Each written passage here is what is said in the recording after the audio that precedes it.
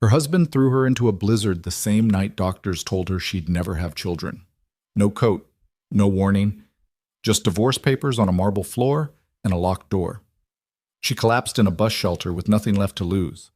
And that's when the most dangerous man in Chicago stopped his convoy and said, "Bring her inside." What happened next in that fortress of a mansion changed both their lives in ways neither of them saw coming. Drop your city in the comments right now. I want to see how far this story travels. Hit like and follow me to the very end because this one doesn't slow down. The snow came in sideways off Lake Michigan, the kind of storm that didn't announce itself. It arrived like a verdict. By 8 o'clock on a Thursday in January, Chicago had vanished behind a wall of white so dense that streetlights became nothing more than pale suggestions, blurred and useless at the edges of the dark. Serena Whitlock stood in the foyer of the house on Birchwood Lane and tried to remember how to breathe. She had been holding it together since noon, since the examination room at Northwestern Memorial, since Dr. Hargrove had pulled her chair closer to the table and folded her hands and said the words that no 30-year-old woman wants to hear, delivered in that particular tone of careful, practiced sympathy.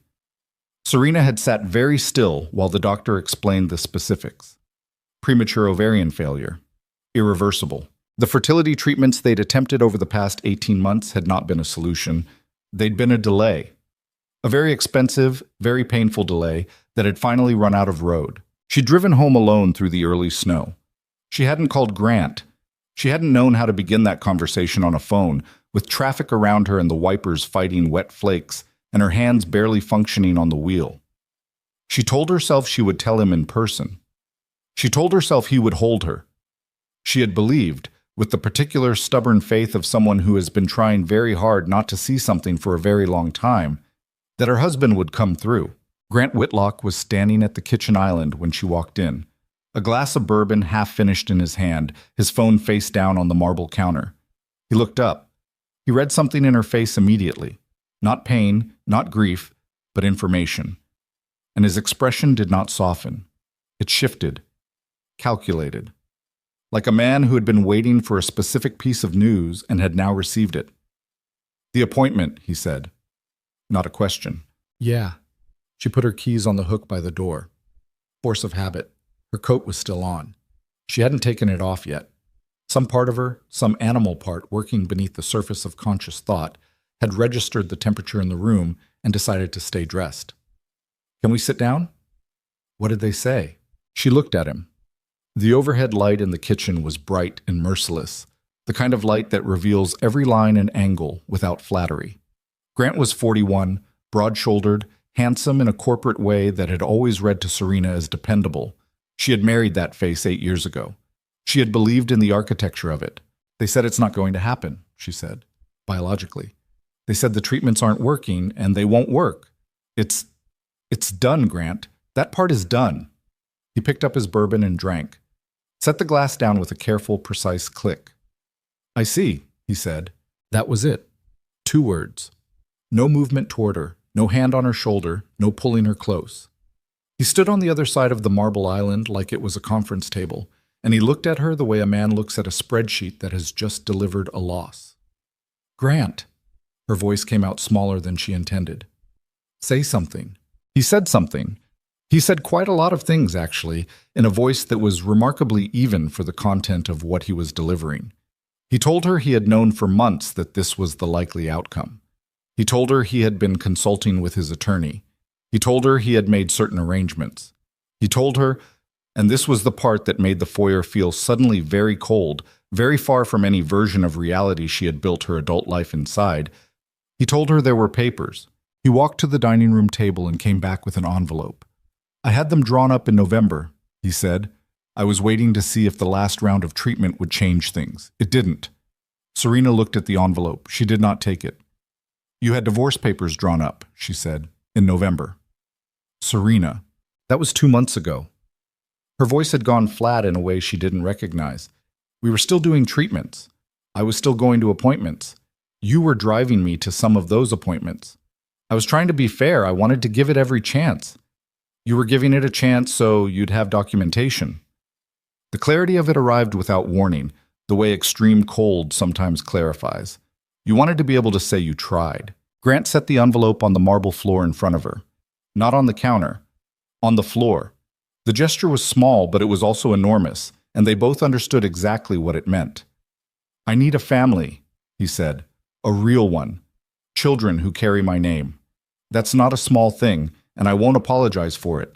This was never going to work without—" "Get out of my way," she said. She walked past him. She went upstairs to the bedroom they had shared for 6 years. She sat on the edge of the bed and pressed her hands flat against her thighs and breathed in and out for approximately 4 minutes while she decided whether she was going to collapse or not. She decided she was not.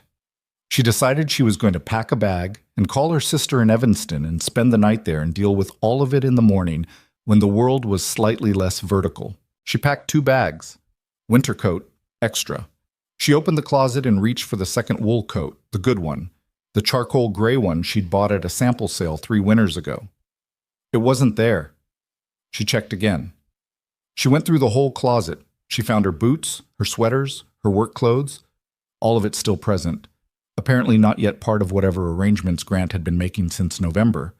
But the gray coat was gone, and she couldn't find her gloves, and by the time she came back downstairs with her 2 bags and her phone at 4% battery, Grant was standing at the front door. He had her luggage on the porch already, 2 rolling suitcases. He had gone through her things while she was upstairs. He had pulled out her larger bags and packed them himself, or had someone do it. She didn't know and couldn't tell, couldn't account for the time or the speed of it. The bags were on the porch in the snow, and Grant was standing at the door with his hand on the frame and his face very controlled and very final.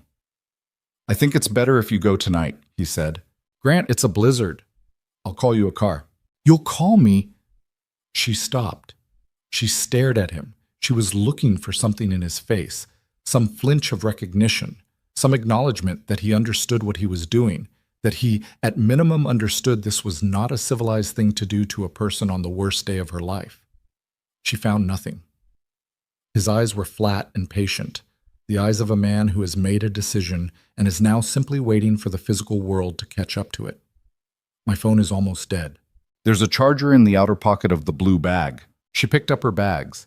She didn't have a choice. She understood that now, standing in the foyer of the house she had helped design and furnish and maintain for 6 years.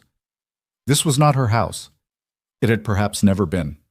She walked out the door, and the cold hit her like a wall, and Grant closed the door behind her, and she heard the deadbolt engage, and that sound, that small, mechanical, final sound, was the precise moment that 30 years of a certain kind of hoping ended. The porch light was on. She could see her breath. She pulled her bags to the end of the driveway and stood there in the snow, which was now falling with the kind of commitment that suggests it has been saving itself for exactly this occasion. She tried to call her sister. The phone showed 2%, connected, rang twice, and went black. Dead. She had the charger somewhere in the bag, but no way to use it without an outlet. And the nearest coffee shop that might still be open was 4 blocks away, and the wind chill was approaching dangerous. And she was standing on a residential street in a suburb of Chicago at 9 o'clock at night in a blizzard in a coat that was adequate for a walk to the car and nothing more. She started walking. She made it 3 blocks before the cold became serious. It was the particular kind of serious that moves from discomfort to threat without a clear dividing line. One moment her face was hurting and her fingers were numb, and the next she was aware, with some clinical detachment, that she was not going to make it much farther without shelter. The rolling suitcases were useless on the sidewalk, which hadn't been cleared, and she was dragging them through 4 inches of snow, and her arms were losing sensation, and her sense of direction was beginning to do something unreliable. The bus shelter appeared out of the white like a hallucination, a plastic and steel structure on the corner of Birchwood and Halsted. Its flickering interior light the only warm color visible in any direction. She got inside it. She left the suitcases half inside, half in the snow, because there wasn't enough room for everything. She sat on the metal bench and hunched forward and tried to generate heat by sheer intention. The bus route had been suspended. A notice on the shelter wall, printed on orange paper and laminated, announced that Route 72 service had been suspended for the duration of the winter storm advisory currently in effect. She read it 3 times before she fully understood it. No bus was coming. This was not a waiting place. This was just an accidental windbreak on a night when windbreaks were the difference between finding a way out and not finding one. Her fingers were clumsy now, difficult. She tried to open the blue bag to get to the charger, but the zipper required more coordination than she currently had. She managed the outer pocket after a long, stupid struggle and got the charger out, and then held it in her numb hands and understood that having a charger and having a power source were not the same thing, and she had confused them. She sat back. The wind screamed through the gap where the shelter's side panel had been cracked and never repaired. Snow came in at an angle across the bench. She pulled her knees up and made herself small and stared out at the street, which had become indistinguishable from everything around it. One flat, uniform, moving white field with no edges and no depth. She thought about Grant saying, "I'll call you a car," as if that were a reasonable response to what he had done. She thought about the sound of the deadbolt. She thought about Dr. Hargrove's folded hands, and the particular way she had said, "I'm so sorry, Serena."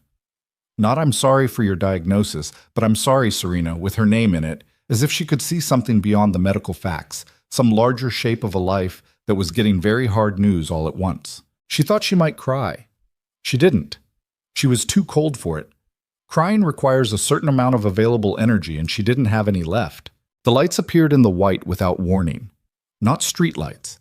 These were driving lights, halogen, moving slow and deliberate through the snow from the east. Multiple sets. A convoy. She could see the shapes of large vehicles materializing out of the blizzard like something dredged up from depth. Black SUVs, heavy and armored, the kind that aren't sold at dealerships, moving in tight formation with maybe 30 feet between them and a focused precision that looked nothing like civilian driving in a storm. She watched them because there was nothing else to look at. They were slowing down. She noticed that before she could make sense of it, the formation was decelerating, brake lights flaring red through the snow, the whole column pulling toward the curb in a choreographed way that suggested whoever was coordinating this movement had made a decision. The lead vehicle stopped directly in front of the shelter. The second and third positioned themselves behind it. For a long moment, nothing happened. The engines ran. The headlights made a tunnel of falling snow. Then the passenger door of the lead SUV opened. The man who stepped out was large, maybe 6'2", wearing a suit that had no business being worn in a blizzard, dark, well-cut, completely inadequate for the weather, which he didn't seem to notice. He was maybe 40, lean in the face, with the particular quality of stillness that Serena would later come to understand meant he was reading every variable in an environment simultaneously. He walked to the shelter. Not a jog, not a cautious approach. He walked directly to it, like a man crossing a room he owns, and he crouched down to her eye level and looked at her for a moment without speaking. "Are you hurt?" he said.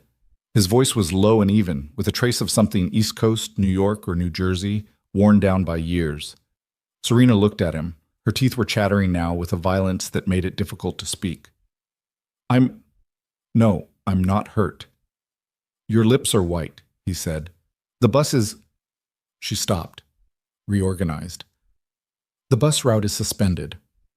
"I know. How long have you been out here?" She tried to calculate it. She couldn't. "A while." He looked at the two suitcases. He looked at her coat, which was both wrong and insufficient. He looked at her phone, dead and useless in her hand. He didn't ask her any of the obvious questions: why she was here, where she was going, what had happened to get her to this particular corner on this particular night. He just took in the information and made a decision with a speed that would have been alarming in any other context. "Come with me," he said. I don't know you," she managed. The words were slightly ridiculous given the situation, but some functioning reflex had insisted on them. "No," he agreed. "You don't." He stood up and held out his hand. "But you have maybe another 40 minutes in this temperature before it gets serious, and I'm offering you a heated vehicle and a safe place for the night. That's the whole offer, nothing else." She looked at his hand. She looked out at the blizzard, which had not moderated at all, and showed no sign of doing so. She thought about the charger in her hand and the dead phone and the suspended bus route and the deadbolt sound. She took his hand. He helped her up and took both suitcases without a word, rolling them through the snow to the lead SUV with an ease that made them look weightless. He opened the rear door for her. She climbed in, and the heat inside was so immediate and so overwhelming that her whole body reacted to it at once. A full-body shudder that started at her core and moved outward, her hands beginning to burn, a sensation returned, her face aching with the thaw. The interior of the SUV smelled like leather and something faintly clean, cedar or sandalwood. The driver was a thick-necked man in his 50s who hadn't turned around. In the middle seat, separated from the front by a partition of tinted glass, a security type with a close-cropped beard was watching her with the careful, unrevealing eyes of a professional. And behind her, in the very rear, separated by another panel that had been partially lowered, 3 children. A small girl of maybe 7 with braided hair and enormous eyes was watching her with the focused intensity of someone who has just spotted something wonderful and cannot decide whether to speak first or simply stare. Beside her, a boy of perhaps 12 with headphones half on and a book open in his lap had gone very still. And against the far window, a teenage girl of 16 or so, all angles and caution, had her arms crossed and her face turned slightly away, observing without appearing to. The man who had helped her in sat down beside her and the door closed. "Marcus," he said to the security man, "we're going home." Marcus nodded once and relayed the order through an earpiece. The convoy began to move. "I'm Luca," the man beside her said. Not his last name, just the one. "You're safe." She believed him. She couldn't have explained why, especially later when she understood more about who he was. But in that moment, half frozen and stripped of everything that had defined her morning, she believed him completely. "Serena," she said. Her voice had steadied slightly as the warmth worked into her. "Serena Whitlock." From behind the lowered partition, the small girl's voice arrived with tremendous velocity. "Why were you sitting in the snow? Didn't you know it was dangerous? My name's Mila. I'm 7 3/4. That's almost 8. Did you know our car is bulletproof? Most cars aren't bulletproof, but ours is. Also, your hair has snowflakes in it, and they look really pretty." "Mila," the boy said flatly, "I'm just saying facts, Noah." "You're saying all of the facts at once." "That's how facts work." Luca glanced back at them with an expression that Serena couldn't quite categorize, exasperated and fond and tired all at once. A specific combination that she recognized as the face of a parent who has been managing a long day and is now managing its end. He said nothing. He looked back at the road ahead. The teenage girl, Arya, had turned fully toward the window now, but Serena caught it, a small, involuntary shift at the corner of her mouth. Not quite a smile, the ghost of one. Gone immediately, covered over with the practiced indifference of someone who has learned that showing things is dangerous. Serena pressed her thawing hands together in her lap and watched the city dissolve into suburbs as the convoy rolled north, and she tried to locate any solid feeling in herself and couldn't find one. She was empty in a way that didn't yet hurt. The hurt was coming, she knew, but for now she was just vacant, just stripped, sitting in a bulletproof car next to a man whose name she didn't fully know yet, being carried through a blizzard toward a destination she had zero information about, with 3 children in the back seat having an argument about the optimal way to deliver facts. She was 30 years old. This morning she had been a woman with a marriage and a medical plan and a next appointment. Now she had a dead phone and 2 suitcases and snowflakes in her hair. The convoy moved through the white. The DeSantis property revealed itself in stages, the way significant things often do. First the gate, iron and tall, and opened remotely by a guard in a booth who gave the lead SUV a brief, practiced wave.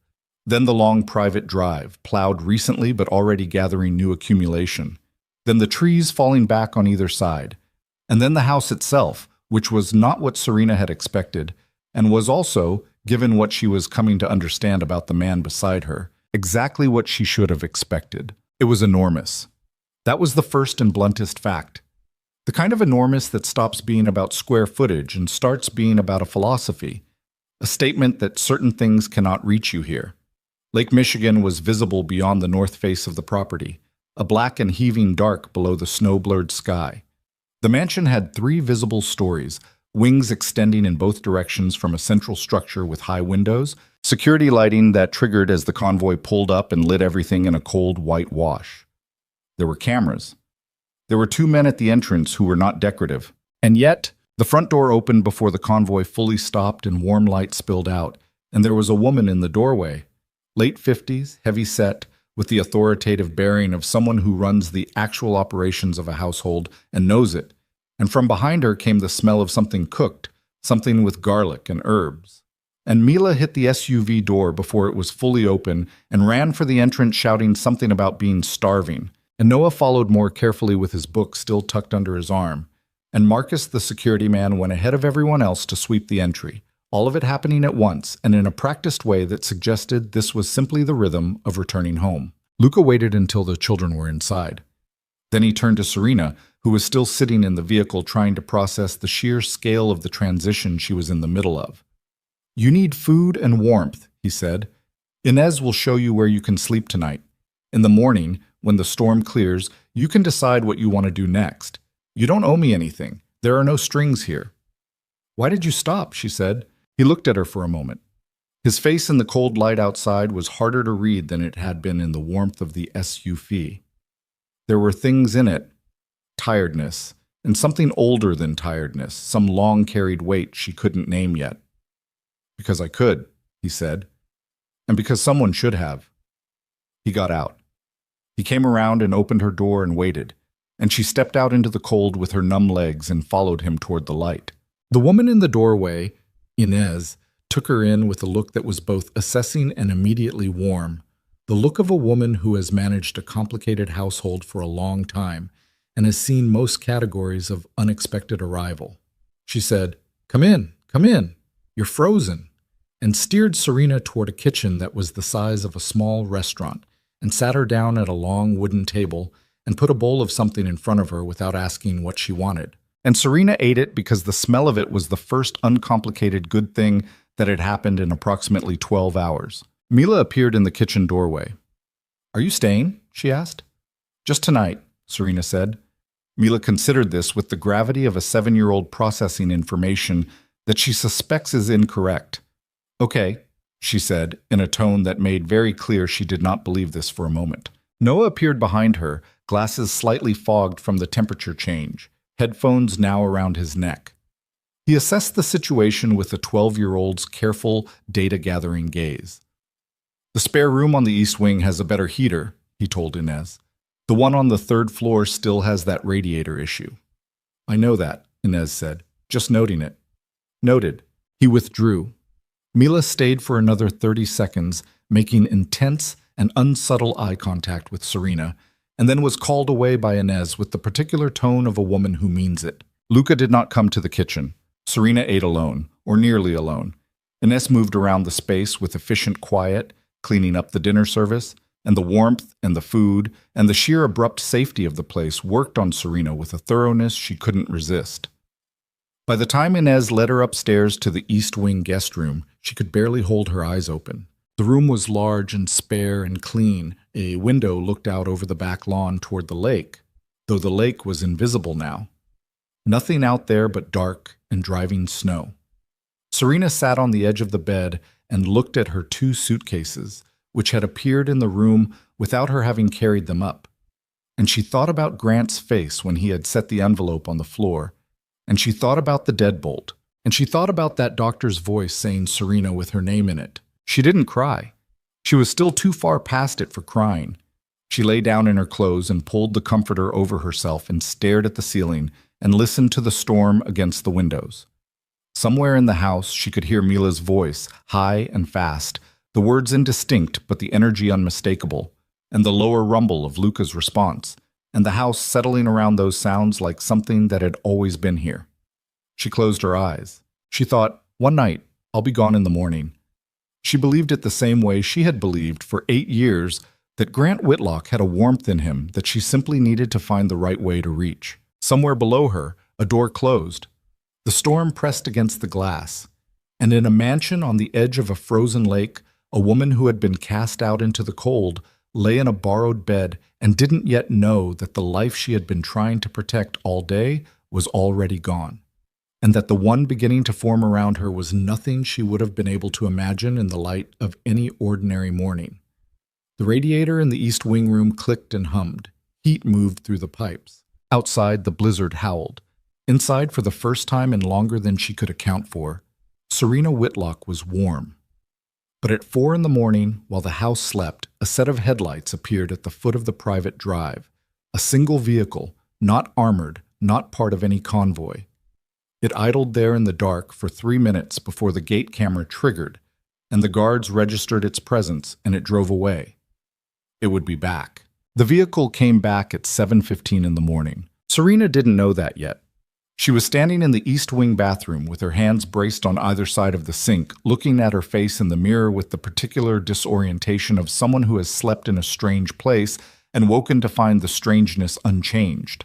Her eyes were swollen, not from crying, she still hadn't managed that, but from the specific exhaustion of a body that had gone through too much cold and too much shock and had not fully recovered overnight. She looked older than 30. She looked like someone who had been carrying something heavy for a long time and had finally set it down, only to find that her arms still held the shape of it. She splashed water on her face. She found a folded towel on the rack that had not been there the night before. Someone had come in while she slept, or early this morning, and left a towel and a wrapped bar of soap and a new toothbrush still in its packaging. She stood there holding the toothbrush for a moment longer than necessary, because the smallness of the gesture was somehow more destabilizing than the mansion itself. She's dressed in yesterday's clothes. She didn't know where her bags were. They'd been in the room when she fell asleep, but she couldn't find them now, and she decided not to look, because looking would require more decision-making than she currently had capacity for, and what she needed first was a phone charger and then a plan, and then somewhere further down the list, the rest of her life. The house was already awake. She could hear it before she found it, the velocity of Mila's voice carrying through 2 floors and a hallway, and beneath that the lower register of a morning that had been in motion for a while. She followed the smell of coffee down the main staircase and through a wide hallway lined with framed photographs. Landscapes, mostly, a few architectural shots, nothing personal, nothing that would tell a stranger anything about the people who lived here. And into the kitchen.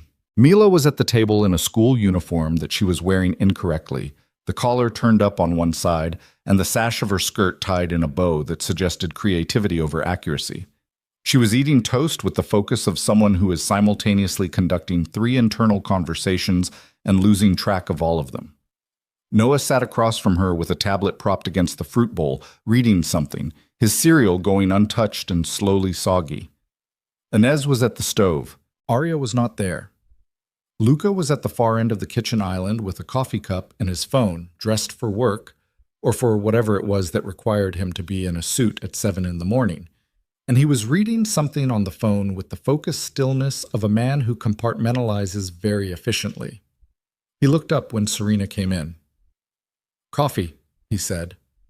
Not a question, not an offer exactly, more a statement of what was about to happen. "Please," she said. Mila's head came up instantly. "You're still here," she said, with the triumphant satisfaction of someone whose hypothesis has been confirmed. "I told you last night, you said one night, and it's morning, so technically you're still here, which means I was right." Mila looked at Noah. "I was right." "You're always right," Noah said, without looking up from his tablet, in the tone of someone who has found the most efficient response to a recurring situation. Inez set a coffee cup in front of the stool nearest Serena. Serena sat. The coffee was strong and dark, and she wrapped both hands around the cup and felt something in her chest begin to unknot by a degree. Luca set his phone down. "The storm cleared around 5, he said. "Roads are being plowed. By mid-morning, you should be able to get somewhere." "I need to make some calls," she said. "My phone? Charging. Inez has it." Inez produced the phone from a drawer and set it on the counter. 15%. Enough. "Thank you," Serena said. To Inez, and to the room, and to none of them specifically. She picked up the phone and saw 11 missed calls. 3 from her sister Claire, 2 from a number she didn't recognize, and 6 from Grant. Not last night. This morning. Starting at 6:45, 15 minutes apart, precise and escalating, the pattern of a man who is accustomed to being answered. She turned the phone face down on the counter. Luca watched her do it. He didn't say anything. "Daddy, Serena's phone is blowing up," Mila announced. "Eat your toast." "I'm just observing." "Observe quietly." Mila ate her toast with exaggerated silence, her eyes moving between Luca and Serena with the calculation of a child who is building a theory and collecting evidence. Serena drank her coffee and stared at the window above the sink. The snow had stopped. In the morning light, the backyard was white and still and vast. The lake beyond it, a flat gray that matched the sky exactly, horizon invisible.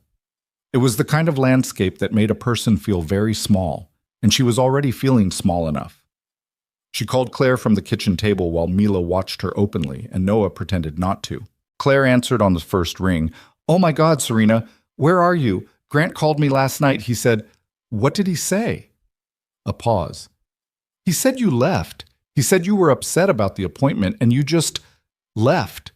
He said he was worried." Serena let that sit for a second. She looked at the kitchen counter and breathed through her nose. "He put my bags on the porch," she said quietly, "during a blizzard, and locked the door." Silence on the other end. "Claire, Claire's voice had gone careful. Okay. Where are you now? Are you safe?" "I'm safe. I'm somewhere safe. I need a place to stay for a few days while I figure this out." "Yes. Obviously, yes. Come here, Serena.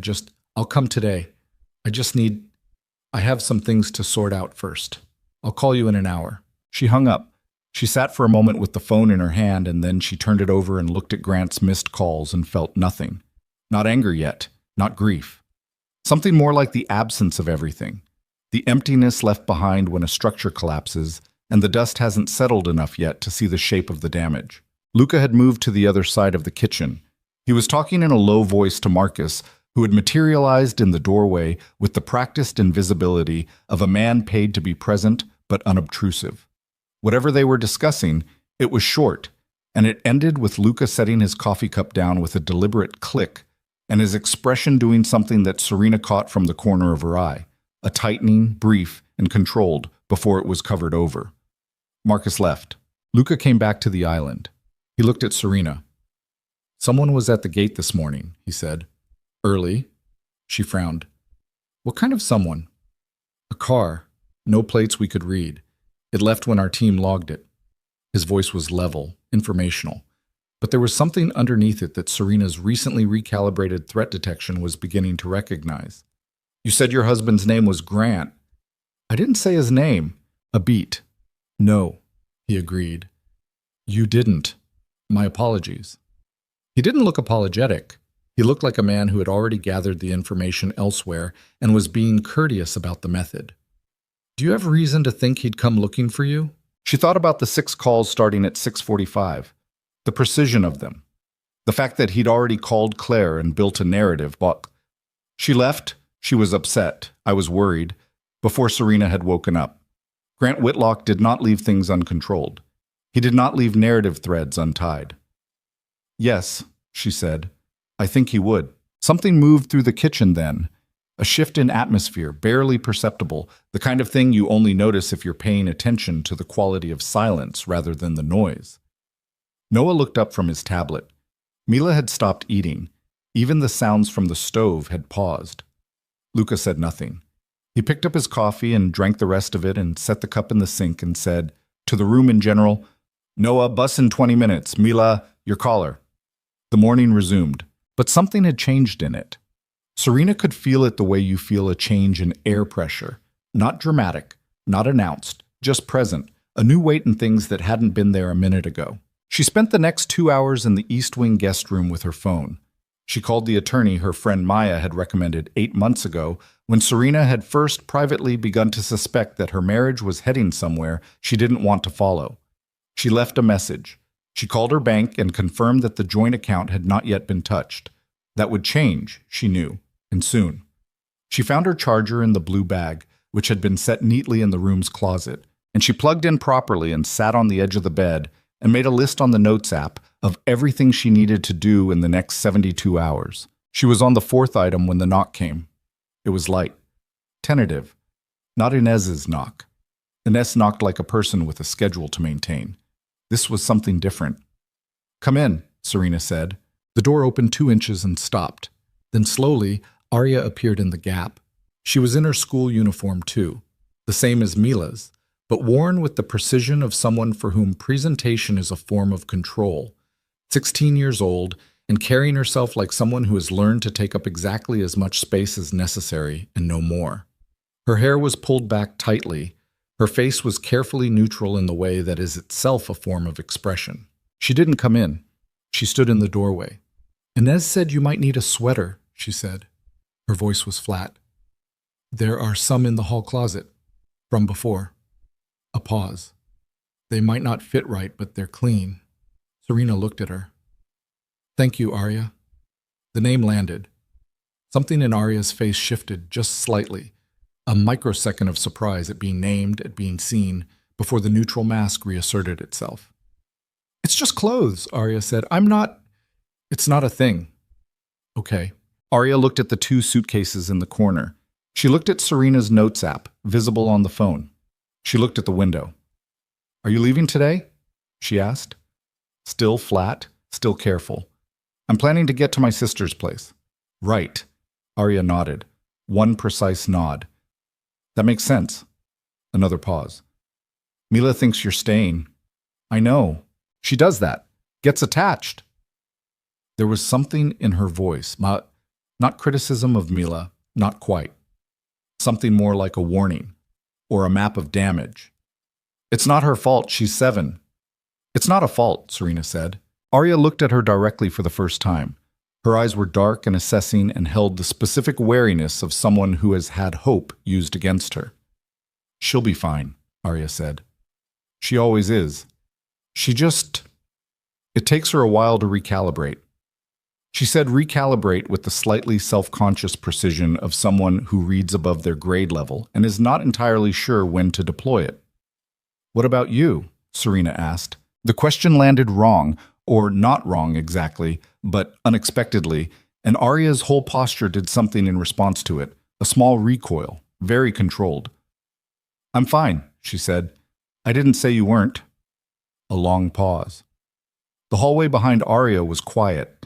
The children had gone to school, Luca had left for wherever Luca went in the mornings. The house had a different quality now, larger and more still. "The sweaters are in the second closet on the left," Arya said finally, and she pulled the door back to the 2-inch gap and then closed it completely, and Serena heard her footsteps retreating down the hall with the careful evenness of someone who has learned not to run. Serena sat there for a moment. Then she put her phone down and pressed her palms flat on her knees and stared at the door. She thought, "I should go. I should get in a cab and go to Claire's and start the actual work of what comes next. This is not my house. These are not my people. This man does not know me, and I do not know him, and whatever small temporary kindness brought me here last night has run its course." She thought all of that with complete clarity. She did not move. By noon, when she had finally organized herself enough to call a car, Marcus appeared in the kitchen doorway where she was finishing a second coffee and said, quietly and without visible emotion, that there had been an incident at the gate. Not the car from this morning. A different car. This one had stopped, and a man had gotten out, and he had stood at the gate and taken photographs of the property with his phone, and when the guard had approached and asked him to move along, he had said, again, Marcus's voice carried zero inflection on this, that he was trying to locate his wife. Serena set her coffee cup down. "He said wife," she said. "Yes.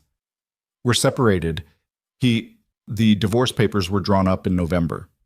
"He said wife," Marcus repeated, with the patience of a man who is reporting facts and not adjudicating them. She called Grant back. She had been avoiding it, but now she called, and he answered on the first ring, which meant he had been waiting, and the quality of his waiting was present in his voice when he said her name, Serena. In that particular way he had, smooth on the surface and something serrated just underneath. "You need to come home," he said. Before she could speak, preemptively, like a move in a game she hadn't agreed to play. "I'm not coming home, Grant. You're in a dangerous situation and you don't understand. I'm fine. You're in Luca DeSantis's house." The name landed with the specific weight of a thing he'd researched. "Do you understand who that is? Do you have any idea what he's involved in? He helped me during a blizzard. That's the whole story." Serena, that's not a story. That's a beginning of a story that ends very badly for you. Come home. We can discuss the papers. You put my bags on the porch, she said, during a blizzard, after the worst day of my life. And you locked the door. Her voice was completely steady. She had found the bottom of something and was standing on it. There is no coming home. That's done. Don't come to this property again. She hung up. She sat in the kitchen for a long moment. Then she picked up her phone and canceled the car she had ordered. She wasn't sure, even later, when she tried to reconstruct the logic of it, exactly why she'd done it. It wasn't fear of Grant, or not only that. It wasn't the warmth of the house, or Inez's cooking, or the orphaned sweaters in the hall closet. It was something more structural, a recognition, almost involuntary, that she had nowhere to go that felt more real than here, and sometimes that is enough. The afternoon went sideways in a way no one could have planned for. Luca came home at 3, earlier than Serena expected, and he came in with Marcus at his shoulder and his jaw set in a way that was clearly different from his morning departure. He went directly to his study, which was off the main hallway, and the door closed, and Serena heard voices.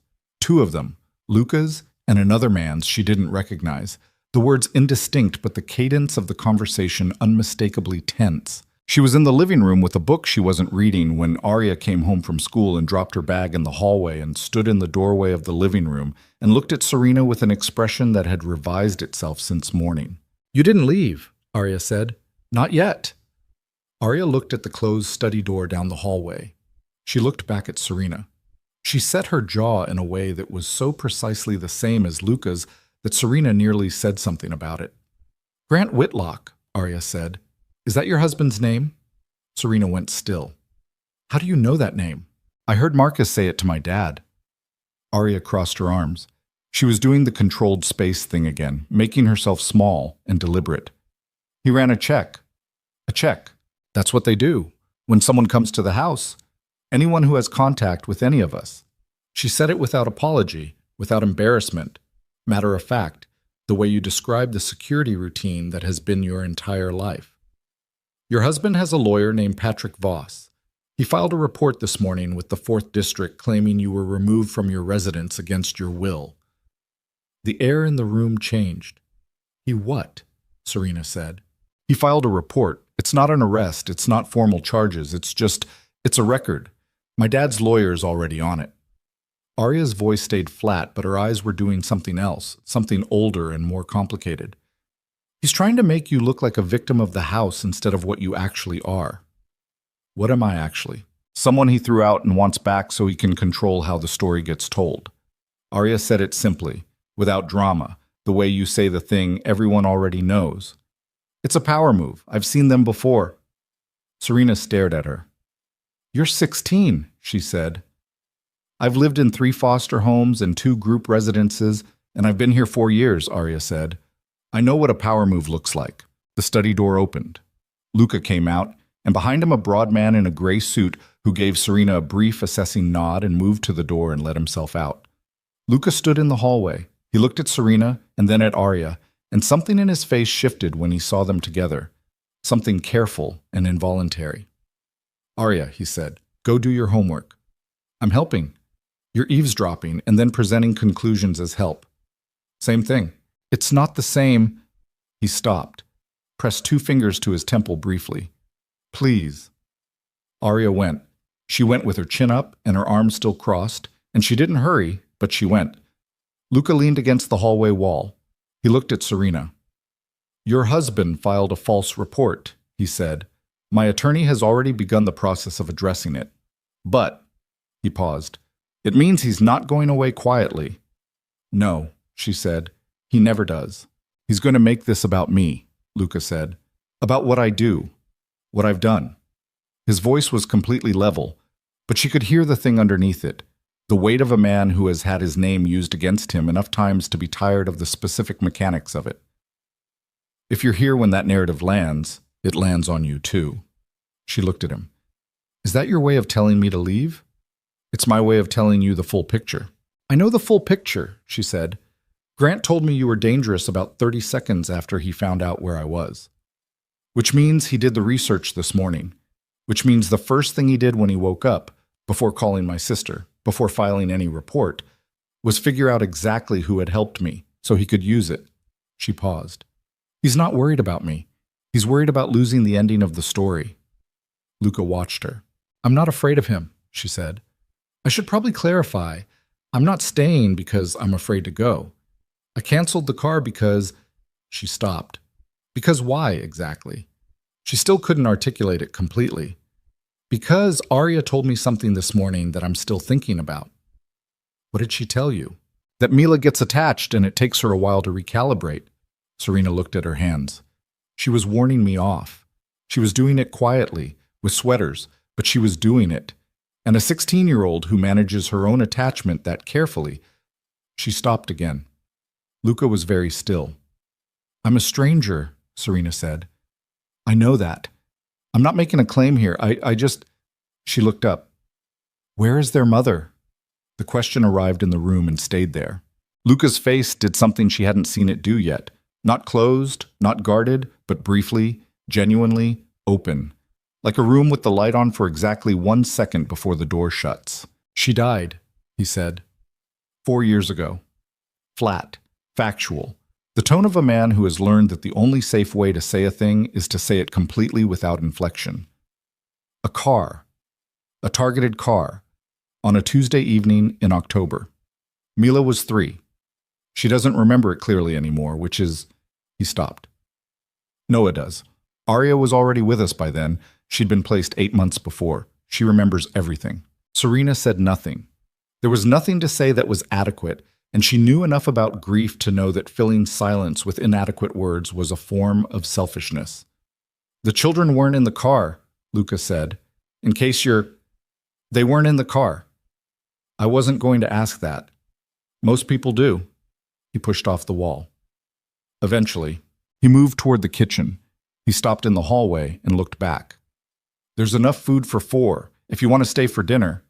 He said it with the same quality he'd had last night in the SUV. Not warmth exactly, but a kind of precise and deliberate honesty. A here is the offer, no more and no less than what it is. Serena sat in the living room for a while after he left. The house ticked around her. Somewhere upstairs she could hear Mila arriving home. The door, the thud of a bag, the immediate vocalization, Inez's voice in response, and the ordinary percussion of a household doing the work of a late afternoon. She picked up her phone. She had a text from Claire. Call me when you can. I'm here. She had a voicemail from the attorney. She had 2 new calls from Grant, ignored. And she had a notification from a local news aggregator app she'd forgotten she had. An alert triggered by a name, a feature she'd set up months ago when she'd started privately, carefully, building the file on her marriage that she'd hoped she wouldn't need. The alert was a small item in the Tribune's digital sidebar. A quote from an unnamed source speaking about an ongoing investigation into organized crime connections in the Northern Lake District. The quote named no one directly, but at the bottom of the item, in the way of these things, there was a photograph. Taken today, the timestamp read, outside the gate of a private property on the lake. The photograph showed the front of the DeSantis property, and standing at the edge of the frame, barely visible, a figure in a dark coat looking at the gate. Serena enlarged the image with 2 fingers. Her heart had begun doing something slow and unpleasant. The figure was too distant to identify with certainty, but the coat was the charcoal gray one, the good one, from the sample sale 3 winters ago, the one that had been missing from the closet last night when she'd packed her bag. She sat there with the phone in her hand and the image on the screen, and the realization working through her with the cold, systematic thoroughness of something that changes the shape of everything. The coat was charcoal gray. Serena stared at the image on her phone until her eyes went dry and she had to blink. She enlarged it again, fingers clumsy on the screen. The figure was at the edge of the frame, partially obscured by the gatepost, but the coat was unmistakable. The particular cut of it, the way it fell at the hip, the collar she had turned up 100 times against Chicago wind. She had owned that coat for 3 years. She knew its shape the way you know the shape of something you've worn through every hard season. Grant was wearing her coat. She sat with that for a long moment, turning it over, looking for another explanation. There wasn't one. He had packed her bags himself, or had someone do it. And he had kept the coat. Not forgotten it, kept it. And then this morning, while she was eating Inez's cooking and listening to Mila recalibrate her worldview in real time, Grant had driven to this address in her coat and stood at the gate and taken photographs and let himself be seen. It was a message. She understood that with the cold clarity of someone who has spent 8 years learning the grammar of a particular kind of control. He was telling her he could find her. He was telling her he still held pieces of her. He was standing at the gate in her coat like a man who wanted to make sure she knew he had it. She went to find Luca. He was in the kitchen, standing at the island with a glass of water and his phone, and when she came in, she held out her phone without speaking and showed him the image. He looked at it. He said nothing for a moment. Then he set his water down and took her phone and enlarged the image the same way she had, and his face did the tightening thing she'd seen that morning, and then went very still. "When was this taken?" he said. "The timestamp says 2:40 this afternoon. We logged a vehicle at the gate at 2:50. He set her phone on the counter. 10 minutes after this photo was published. "He wanted you to find it," she said. "He wanted me to find it. He sent it to the Tribune's tip line and then drove back to confirm we'd seen it." Luca looked at her. "Your husband is escalating." "My almost ex-husband. That distinction doesn't change the behavior." "No," she said. "It doesn't." Marcus appeared in the doorway. He had the quality of a man who is always approximately 12 seconds from wherever he is needed, and Serena had stopped being unsettled by it and started being grateful for it, which was its own kind of information about how quickly her baseline had shifted. "Voss filed an amended report," Marcus said. He was looking at Luca, not at Serena, but he made no pretense that the information wasn't for both of them. "Upgraded the claim, now alleging Ms. Whitlock is being held under duress and has been prevented from contacting family." The room was very quiet. "He called my sister this morning," Serena said. "He called her before I did, before I even woke up." She heard her own voice and recognized the quality of it. Very level, very deliberate. The voice she used when she needed to not feel the full weight of something yet. "He was building the record before I had a chance to build mine. Patrick Voss is good at that," Luca said. There was something in the way he said the name. Not anger, but recognition. The tone of a man who has encountered a specific instrument of harm before and knows its capabilities. He was involved in a case 2 years ago. Different context, same methods. Serena looked at him. "You know Voss." "I know of him." A pause. "He works for people who want to use law as a weapon without getting their hands on the weapon themselves. He's very careful about that distinction." Luca picked up his phone and made a call. He turned slightly away from her while it connected, and she heard him say, quietly, the name of his attorney, Rice, and a set of instructions delivered with the compressed efficiency of a man who speaks this language fluently and has for a long time. When he hung up, he turned back. "Rice will file responses first thing tomorrow. Tonight, my security team will document everything. The car this morning, the photographs, the amended report. We build a counter record." He looked at her directly. "But Serena, this is going to get louder before it gets quiet." She held his gaze. "I know." "The children—" "I know," she said again, softer this time. "If my being here is going to pull attention toward your family, I should go. I understand that." He was quiet for a moment. He was looking at her the way he had in the SUV, that reading variables quality, except now there was something slightly different in it. Less assessment, more something she couldn't name yet. "I'm not asking you to go," he said. She didn't say anything. "I'm telling you the conditions," he said, "so you can decide with full information, that's all." She decided in the approximately 4 seconds it took Mila to come thundering down the stairs and into the kitchen, demanding to know if there was any of Inez's soup left, and the answer was yes. And Mila pulled herself up onto the counter stool with the confidence of someone who has never once considered that she might not be welcome exactly where she is, and she looked at Serena and said with total guileless certainty, "You should sit here for dinner. This is the best stool. I usually sit here, but I'm letting you." "That's very generous," Serena said. "I know," Mila agreed. Serena sat on the stool. She stayed. The next 3 days were almost ordinary, and that was the thing that undid her.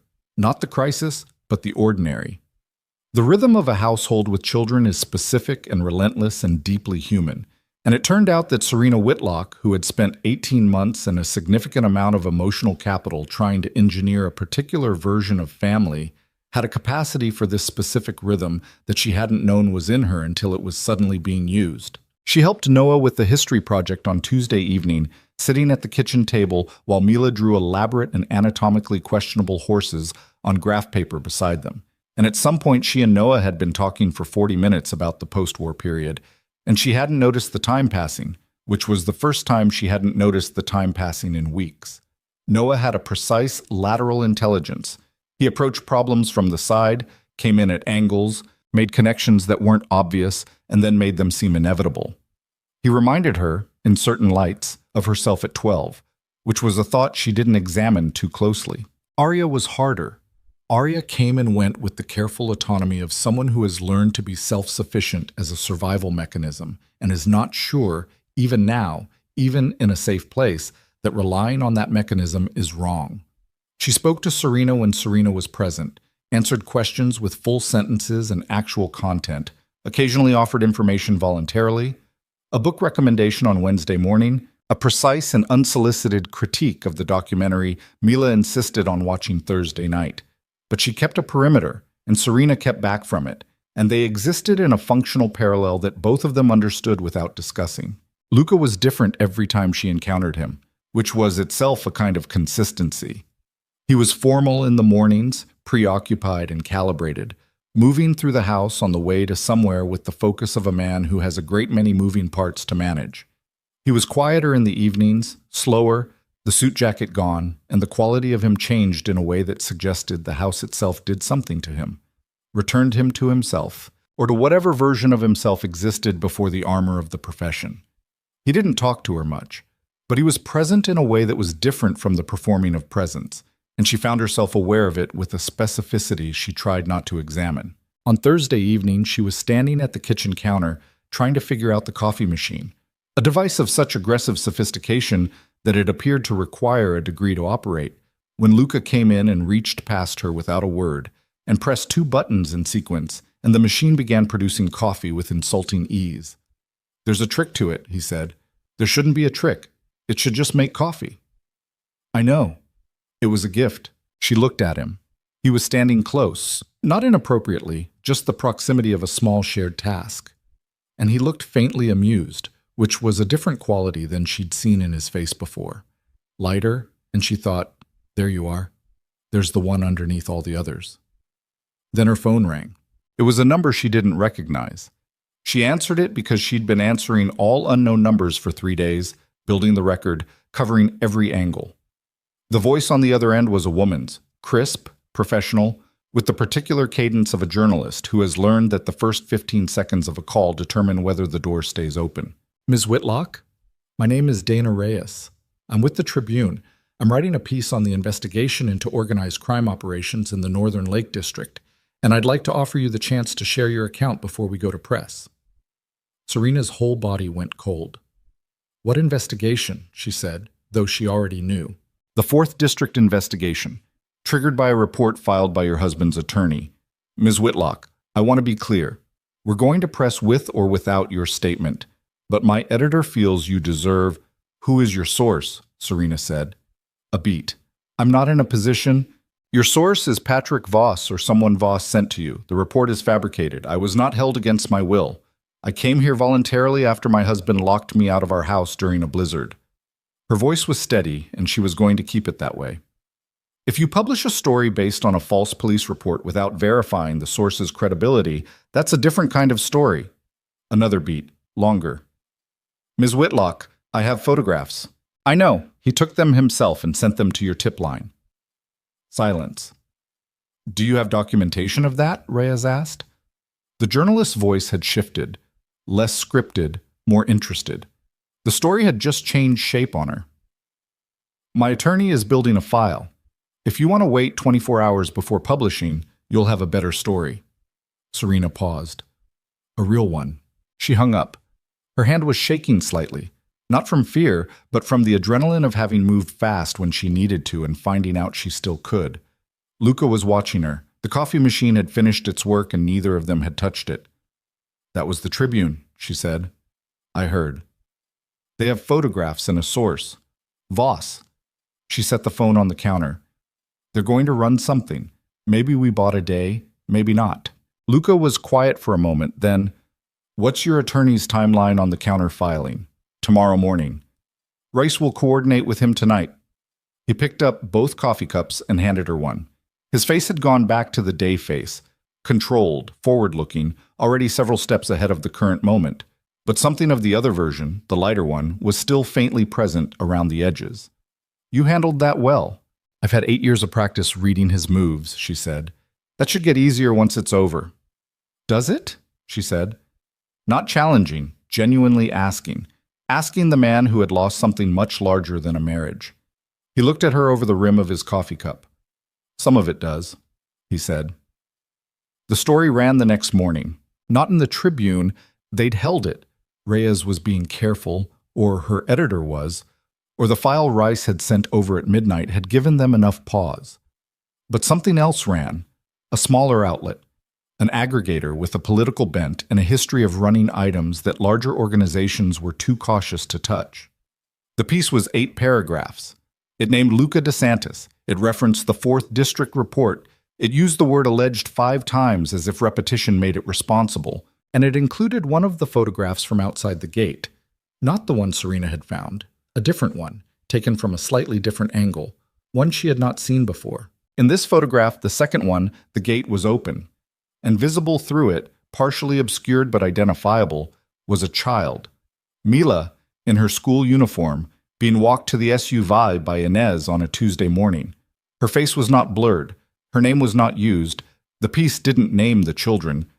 But she was there, visible and real and small.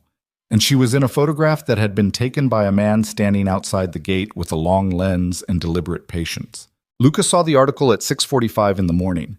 Serena knew this because she heard, from the guest room, through 2 walls, the sound of a door closing with a force that was not quite a slam, but was also not a normal door closing. And then silence. The particular silence of a very controlled person staying very controlled under conditions that make control very difficult. She found him in the study. He was standing at the window. His back was to the door. He said without turning, "The children don't know yet." "Okay," she said. "Mila can't see it. Not today. Maybe not at all, depending on how fast it moves." He turned. His face was... She had not seen this face before, and she thought she was probably seeing something very few people had ever been allowed to see. Not anger, though anger was present. Something underneath it. Something raw and more fundamental. A father's specific, annihilating terror. She's 7 years old. She was walking to school. He took a photograph of her walking to school. "I know. My wife..." He stopped. He put one hand flat on the desk and looked at it. When Elena died, the people responsible used her routine. They knew when she would be where. They watched. They waited. He lifted his eyes. "And now there is a man with a long lens standing outside my gate, watching my daughter walk to school." Serena's throat tightened. "Grant is not a criminal," she said carefully. "He's vindictive, and he's running a narrative campaign, and he has a corrupt attorney. He's not..." "He hired someone," Luca said. "That photograph was not taken by a man standing at a gate. The angle, the focal length. That was someone positioned above street level. Across the street, 2nd floor. That's not Grant Whitlock standing in your coat. That's a professional photographer he hired." She hadn't thought of that. She should have thought of that. "He escalated," she said. "Yes. This is about the divorce," she said, though even as she said it, she could hear the inadequacy of it. "He wants leverage. He needs to be the one who controls the ending. This is how he does that. He manufactures a crisis, so I come back to manage it. And when I come back, he has the position of power." "I understand the logic," Luca said, "but the photograph of my daughter is published. That is not a negotiating position anymore. That is a fact that exists in the world." He moved to the desk and sat. He picked up his phone and called Rice, and Serena heard the conversation, short, direct, 2 minutes. And when he hung up, the set of his shoulders had changed. Not softer. Something else. Resolved. The specific quality of a man who has stopped assessing and started deciding. "Reese is filing an emergency motion this morning," he said. "Harassment, targeted surveillance, child endangerment provisions. We're going after the photographer's identification through the outlet. They'll fight it, but we'll get it, and when we do, we trace it back to Voss." He looked at her. "This is going to get significantly worse before it gets better. You understand that?" She nodded. Child Protective Services will receive a report, he said. Probably today, maybe tomorrow. It's Voss's next move. The article creates public concern. A report follows as a natural consequence. An investigation opens, and suddenly my household is under official scrutiny. That's the strategy. His voice was completely flat delivering this. Factual. But his hands on the desk were pressed very hard against the surface. When an investigation opens, the children are interviewed. Mila, Noah, Arya. The last name landed differently than the others. Serena watched his face when he said it. Arya's been through that before, he said. Foster system interviews, CPS visits. She knows how those rooms feel. He paused. She has not been in one of those rooms since she came here. Serena sat down across from him. She put her hands on the desk and looked at him directly and said, "Then we make sure the investigation closes before it gets near her. That is not entirely within our control. Some of it is." She was thinking fast, the way she'd thought fast on the phone with Reyes, finding the angles coming in from the side. The report Grant filed says I was removed from our residence against my will. I can walk into the 4th District today and make a statement that directly contradicts that account. On the record. Full detail.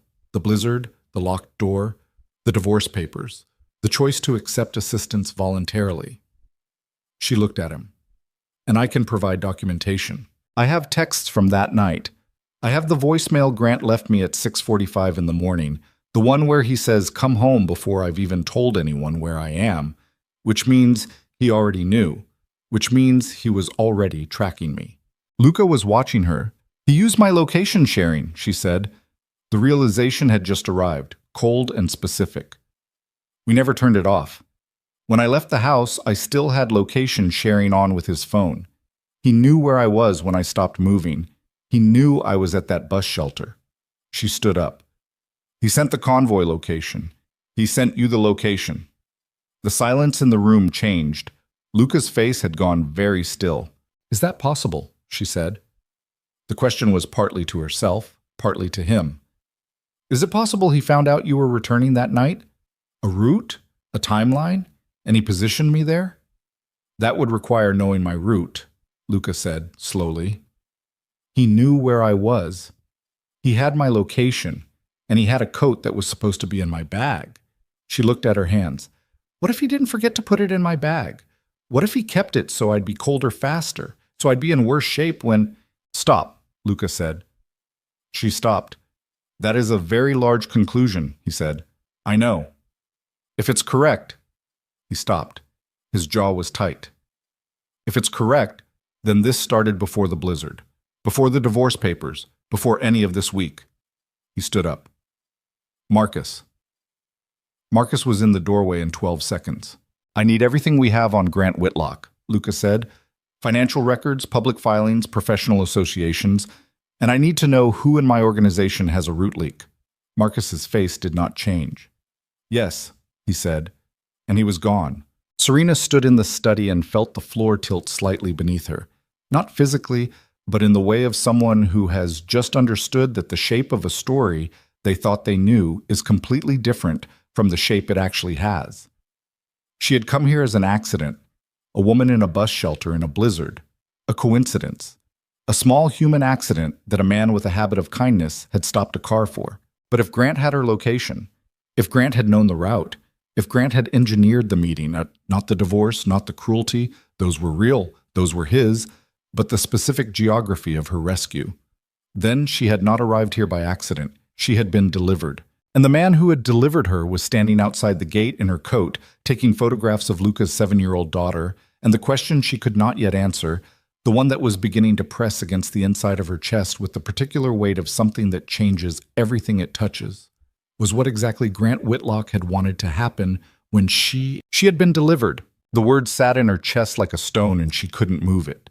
She stood in the study while Luca made 3 more calls in rapid succession, his voice low and clipped and utterly controlled, and she tried to reconstruct every moment from the night of the blizzard backward, the packed bags, the charcoal coat pulled from the closet before she came downstairs, the deadbolt sound, the specific timing of all of it. And the more she reconstructed, the more the geometry of it revealed itself as something other than cruelty. Cruelty had been the surface. Underneath it was architecture. Grant had planned the eviction down to the temperature. The thought arrived with a physical sensation. Something between nausea and vertigo, the specific bodily response to understanding that you have been a piece moved on a board rather than a person making choices. She pressed one hand flat against the study wall and breathed through her nose and waited for her vision to steady. Luca finished the last call. He set the phone down and looked at her. He could see what was happening in her face, and he didn't try to manage it or minimize it, which was the right call. She would have bitten through anything gentle in that moment. "We don't know yet," he said. "We have a theory. Marcus will take it apart and see what holds." "The coat," she said. "He kept the coat deliberately. I was colder faster because of it. If I'd had the coat, I might have made it to Claire's building or found an open shop. I might not have been in that shelter when you... Serena." "He needed me immobile," she said, "stationary, in a specific location at a specific time. We don't know that he had my route, but it's possible." A long beat. "Yes," he said, "it's possible." "Then someone gave it to him." She looked at him. "Someone in your organization." Luca's face did the tightening thing. Not surprise, he had already said route leak to Marcus, so the thought was not new to him. But the confirmation of it spoken aloud in his own study by a woman he had brought into his house did something to the set of his jaw that was different from everything she'd seen before. It was old. Whatever that expression was, it was old, and it had been earned the hard way. "Yes," he said again. Quieter. "So Grant found a way in," she said. "He found someone in your world who could be bought or pressured, and he bought or pressured them, and he used them to..." She stopped. The full shape of it was arriving in pieces. "He wanted me here, Luca. He wanted me inside this house. Why?" Marcus appeared before Luca could answer. He came in fast, which was itself new information. Marcus moved at one speed, and it was deliberate, and this was not that. "Voss filed the CPS report," Marcus said, 20 minutes ago. "We have a contact inside the 4th District. It's already been logged and assigned. An investigator named Brandt. She's good. She's thorough. She's not corrupt." He paused. "That's the bad version. A corrupt investigator we could manage. A good one we can only work with honestly, which means the household gets examined at full depth." "When?" Luca said. "She'll make contact today. Possibly this afternoon." Luca looked at the clock on the study wall. 7:52 in the morning. The children hadn't left for school yet. Mila was upstairs finishing breakfast. Noah was in his room. Arya was... "Where's Arya?" Serena said. Both men looked at her. "She heard things last night," Serena said. "She was in the hallway when you and Marcus were talking. She's 16 and she processes everything, and she has a history with CPS investigations, and she..." Serena was already moving toward the door. "Where is she?" "She wasn't in her room." The door was open, bed made with the precision of someone who had been awake long enough to make it carefully, school uniform on the chair folded but not worn.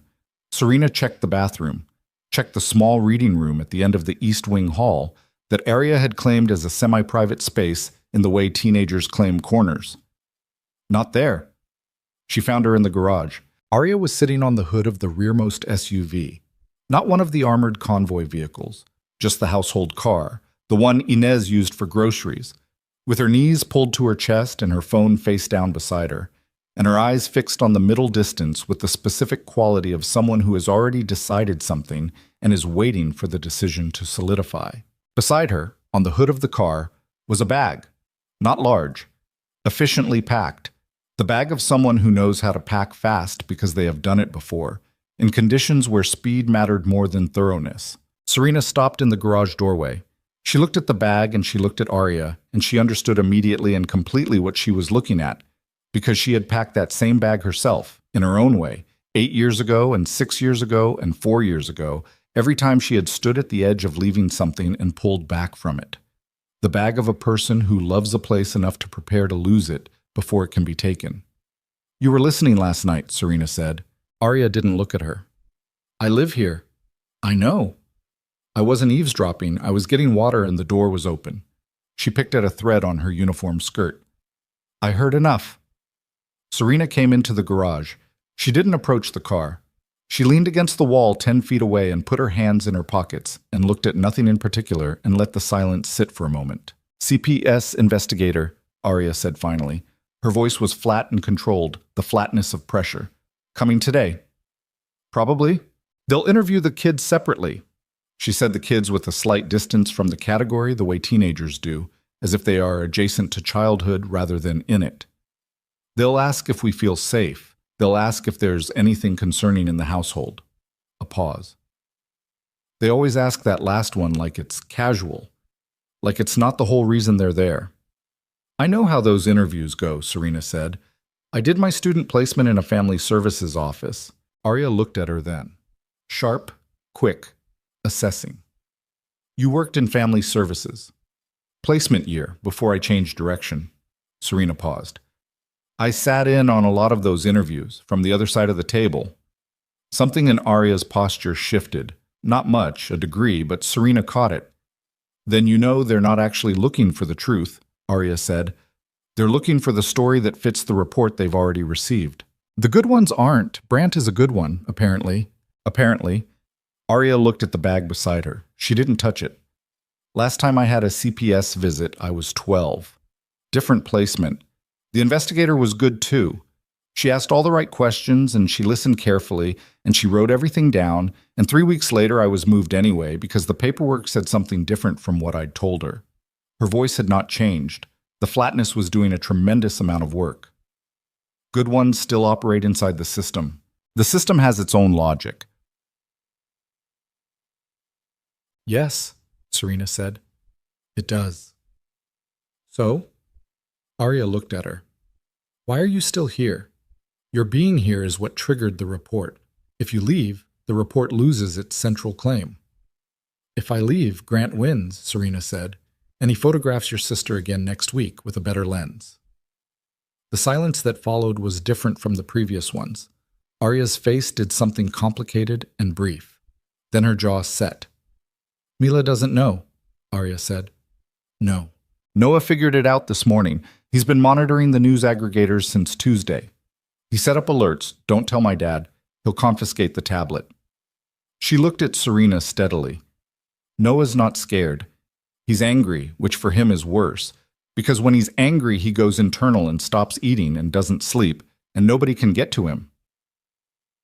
She said this with the precise, unsentimental expertise of a sibling who has been paying close attention for 4 years. He needs someone to talk to who isn't my dad. My dad is... She paused. My dad makes him want to be brave, which is not what he needs right now.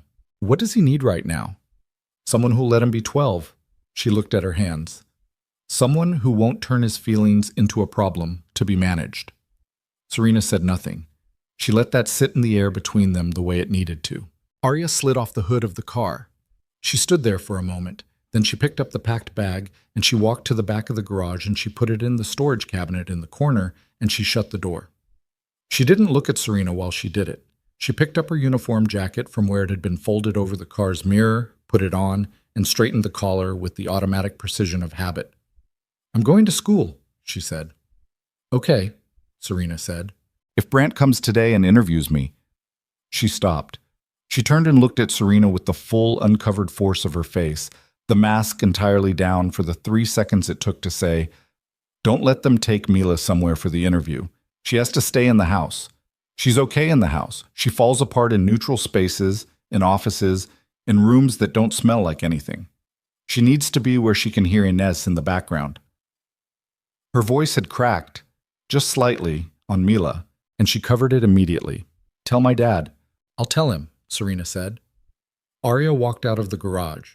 Her footsteps were even and deliberate all the way down the hall. Serena stood in the garage for a long moment with her hands in her pockets, and the storage cabinet door closed in front of her. Then she turned and went to find Luca.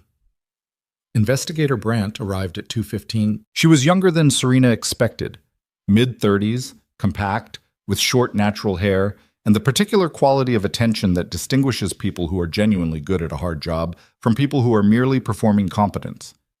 She came alone, which was its own kind of statement. She accepted coffee from Inez with a brief, genuine thank you.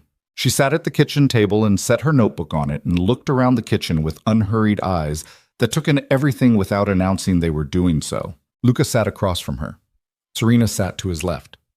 Rice, his attorney, sat to his right, which Brant acknowledged with a nod that said she had expected legal representation and had no objection to it. "I'm going to be straightforward with you," Brant said. She had a Midwest directness that Serena recognized and immediately respected. "I've read the report. I've also read the counterfiling your attorney submitted this morning. I've seen the Tribune article and the aggregator piece. I've looked at the photographs." She paused. "I've also spoken to a colleague at the 4th District who knows Patrick Voss, and she gave me some background I found useful." Go. She looked at Luca. "I'm not here to execute a strategy. I'm here to determine whether the children in this household are safe.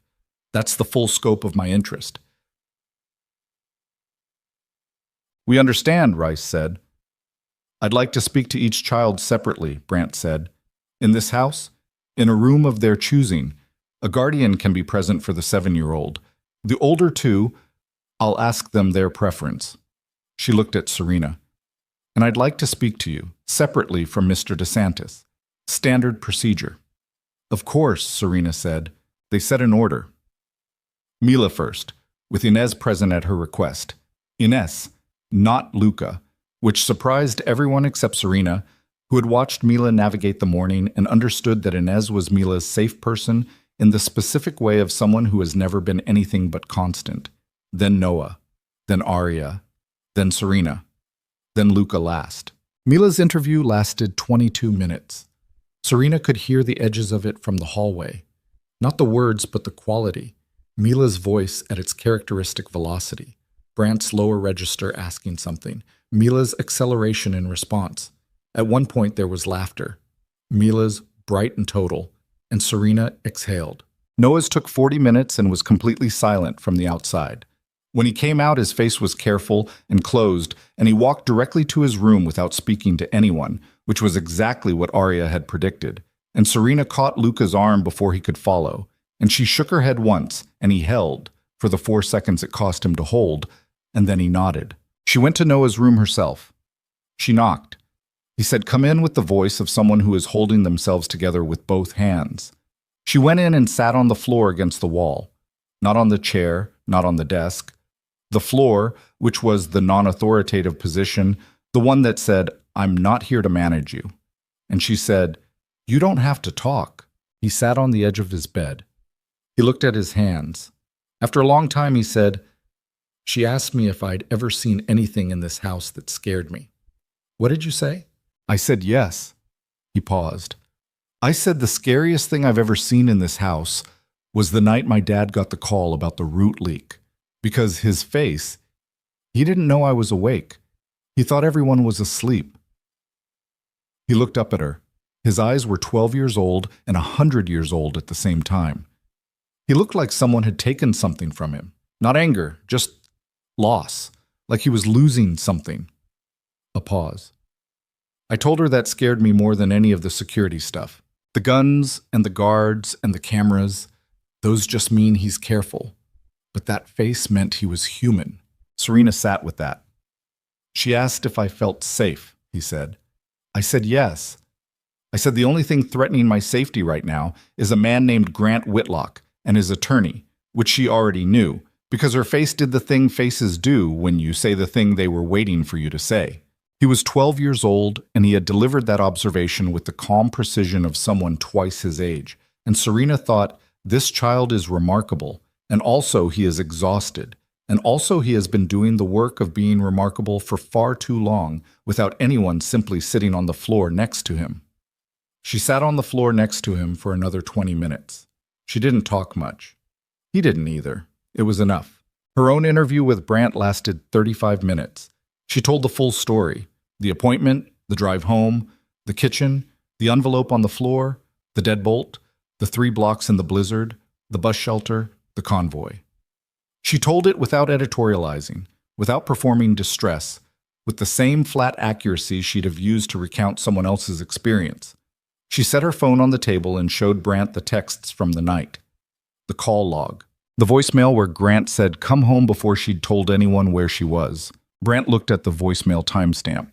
She wrote something down. The location sharing, Serena said. We never turned it off. He knew exactly where I was when I stopped moving. He knew I was in that shelter. Brant looked up. That's in the counterfiling? It will be. Rice added it this morning. Brant wrote something else. Her face gave nothing away, but her pen was moving faster. When she came out of the interview room, Luca's study, chosen by Brant without visible reason, and perhaps for very good ones, she walked directly into the full collision of the day. Marcus coming from the east wing fast, Luca already on his feet across the hall, Rice with his phone at his ear, and from upstairs, barely audible, the sound of Mila asking Inez something in a voice that was working very hard to stay small and calm. "We have the photographer's ID," Marcus said. He was speaking to Luca, but he was in the hallway and everyone could hear him. "Name is Roy Curran. Freelance. Has done work for 3 different outlets, but his most recent payments, past 6 weeks, traced to a shell company that Rice's team has been working. The shell connects to a holding company." He paused. "The holding company is registered to a name we know." "Voss," Luca said. "Not Voss." Marcus looked at him steadily. "Whitlock Properties, LLC. Grant Whitlock is the registered agent." The hallway went very still. "He paid for the photographer directly," Rice said, lowering his phone. "Not through Voss, his own entity. That's—" He stopped, looked at his phone, looked back. "That's not what careful people do." "He's not being careful anymore," Serena said. She could hear her own heartbeat. "He stopped being careful because something changed. Something made him move faster than he planned." She looked at Luca. "The root leak investigation. When you told Marcus to find the leak, someone told him. Someone in your organization told him you were looking." Luca's face. She had seen it do many things in the past 4 days. She had not seen it do this. A compression so total and so rapid that it looked almost like nothing. A man pulling every available resource inward in the space of 2 seconds, which was the face of someone who has been betrayed in a very specific place and is calculating the exact weight of it. "Who knew about the investigation?" he said. His voice was completely flat, completely quiet. Marcus said, "Myself, Rice, Carver." Carver was the head of the security team. Serena had seen him twice, a gray-haired man of few words who stood near the front entrance and moved the perimeter guards with hand signals and brief radio communication. A man who had been, from every visible indication, a permanent and trusted feature of this household's architecture. "Carver has been with you how long?" Rice said slowly. 9 years, Luca said. Serena thought of Elena, the targeted car. A Tuesday evening in October. They used her routine. They watched. They waited. She thought of that, and she saw the same thought arrive in Luca's face, and she watched it move through him like a current, watched it reach his eyes and stay there, cold and devastating and perfectly controlled. "Find him," Luca said. Marcus was already moving. Marcus. What happened in the next 4 minutes happened fast and in fragments. Marcus on his radio, 2 guards moving through the east wing, the sound of the front door, a sharp exchange of voices outside that Serena heard but couldn't parse. Rice moving to the window and going very still. Brant standing in the hallway of a household that had just changed shape around her with the particular alertness of a woman deciding very rapidly whether she is a participant or a witness. Then Luca's phone rang. He looked at the screen. His face did nothing but his hand tightened on the phone. Just once, a single flex of his fingers, before he answered. "Mr. DeSantis," the voice was Grant Whitlock's, and it came through on speaker because Luca had pressed the button without breaking eye contact with Serena, and she understood that was intentional, that he was giving her the full thing, all of it, no filtered version. Grant's voice was smooth and warm and completely artificial, the voice of a man who has been rehearsing this particular call. "I think it's time we had a direct conversation." "I agree," Luca said. "I want my wife back," Grant said. Simple. Warm. Insane. "I want her home. I want this resolved quietly. And I want the investigation into my business interests to end. I think those are very reasonable requests given the circumstances." A pause. "I also think you're a man who understands leverage, so let me be clear about mine." Serena's hands were ice. "I have documentation," Grant said. "Specific documentation relating to certain activities in the Northern Lake District. Financial documentation. The kind that would be very interesting to the Tribune, to the 4th District, and to several federal agencies that have had an interest in your family's operations for a number of years." Another pause. I've had it for 3 months.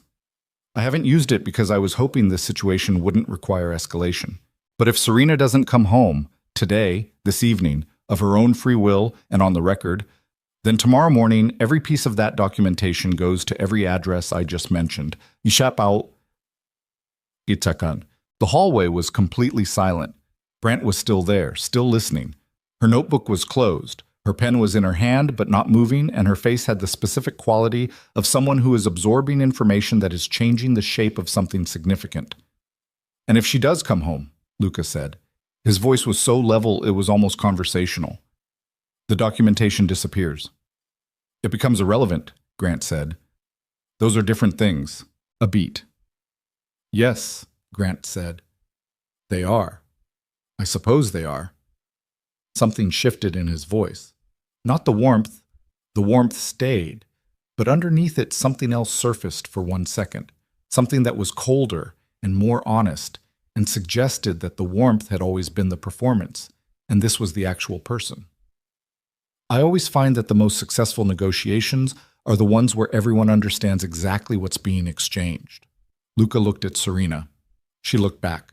The whole weight of it was in the air between them. The children upstairs, Mila's voice still a faint presence through the ceiling, Noah in his room with his hands in his lap, Arya, who had packed a bag and unpacked it, and gone to school and come home and sat through an investigator's questions with her chin up and her history visible in every careful word. The 9 years of Carver, the Tuesday in October that had taken Elena, the route that had put Serena in that bus shelter. All of it converging here, in this hallway, in this phone call, at this exact moment. I'll need to speak with Serena privately, Luca said into the phone. Give me 1 hour. 1 hour, Grant said. Pleased. Of course. Luca ended the call. He set the phone on the hall table and looked at Serena, and the look between them was very long and very direct and carried an enormous amount of weight without a word of it being spoken. Brant had stepped back. Rice was on his phone. The house was doing its quiet settling around them. Heat through pipes, wind off the lake against the north-facing windows. He's bluffing, Serena said. Partially. He has something. He wouldn't have held it 3 months if he had nothing. But the scope of it, the scope is what matters, Luca said. Yes. He looked at her for another moment.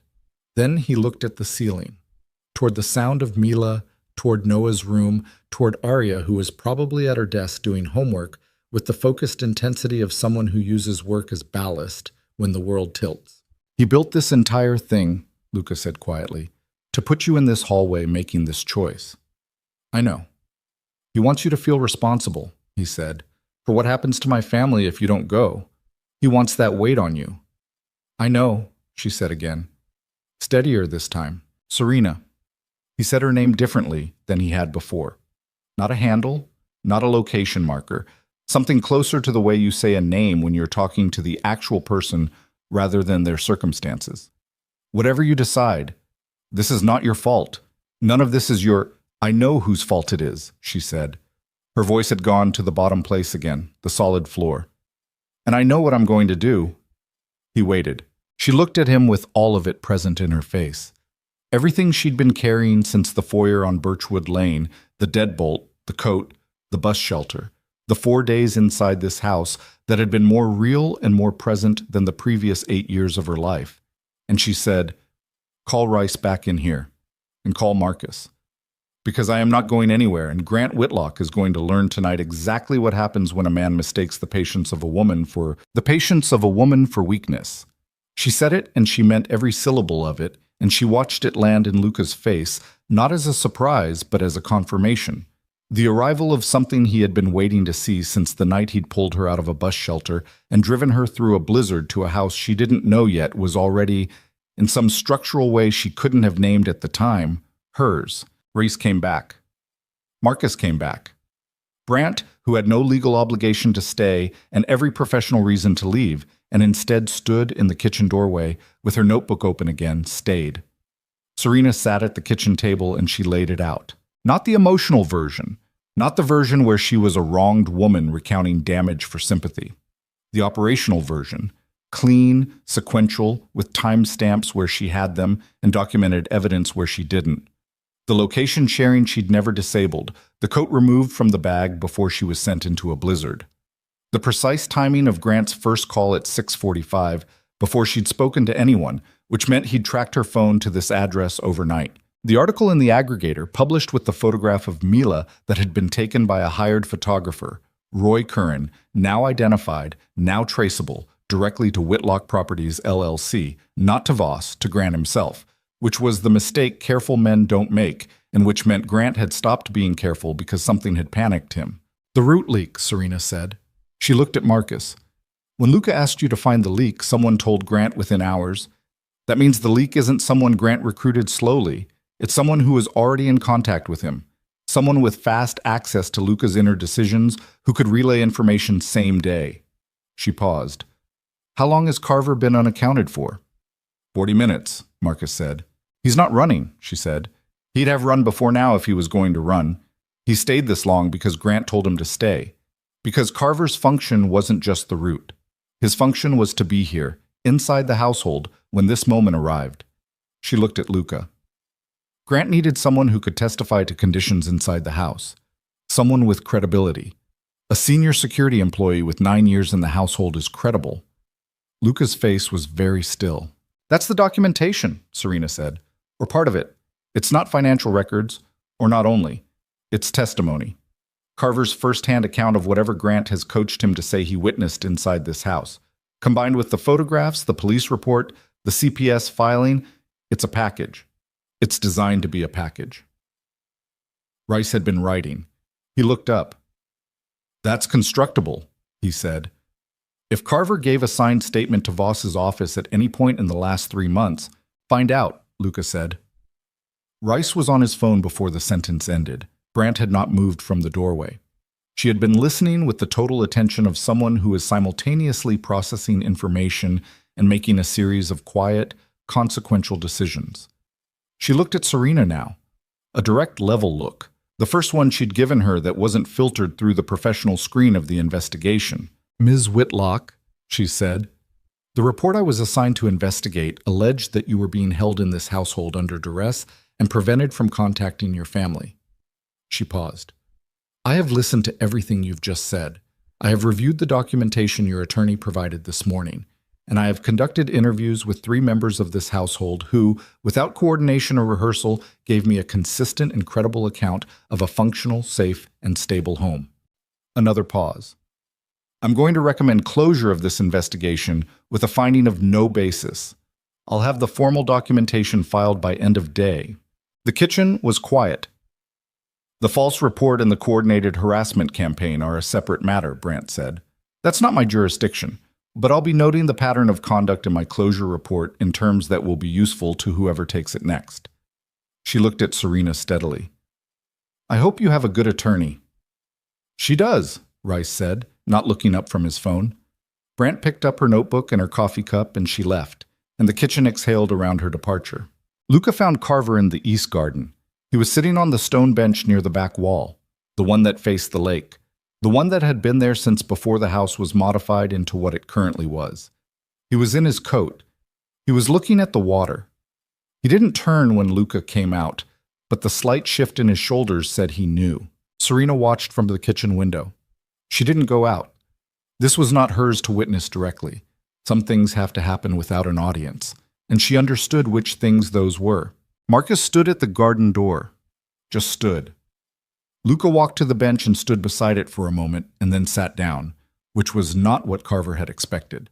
She could tell from the way his posture changed, the particular way a person's body registers surprise when they've prepared themselves for something and receive something else. They talked for 11 minutes. She could not hear any of it.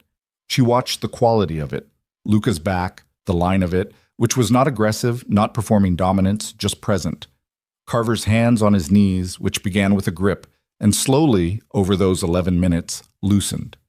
At the 8-minute mark, Carver turned and looked at the house, and she saw his face from across the garden, and she looked away. She didn't need to see that.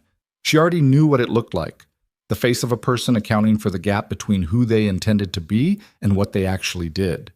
She had worn a version of it herself, in various forms, over the past 8 years.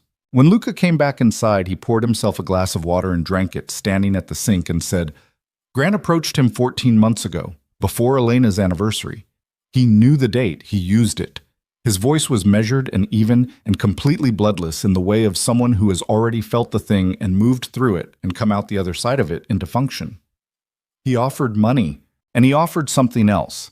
Documentation that Carver's brother had been involved in a supply chain issue 3 years ago that was resolved internally. He said he'd surface it if Carver didn't cooperate. Blackmail, Serena said. Yes. Luca set the glass down. Carver gave him the route that night, the blizzard night, and he gave him enough logistical detail over the past 4 days to build the harassment timeline. He paused.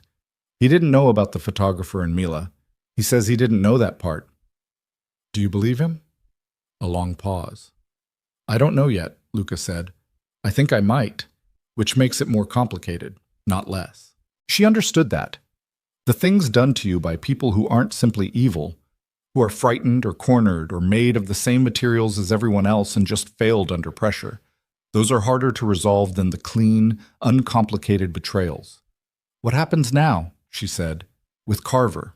He's done here, Luca said. He knows that. He's also going to provide Rice with a full account of every contact he had with Grant and Voss. Every communication, every instruction, every piece of information he passed. That account becomes part of our legal file. He turned from the sink. In exchange for that account, I won't pursue the matter further with him personally. That's the arrangement. That's fair, she said. It's functional, he said. There was a difference, and they both knew it, and neither of them pushed on it. She called Grant at 4:47. 1 hour and 3 minutes after Luca had told him to wait. 3 minutes over, deliberately, because she was done operating on his timeline. He answered on the second ring. He had been waiting. She could hear it. Serena, he said. The warm voice, the rehearsed one.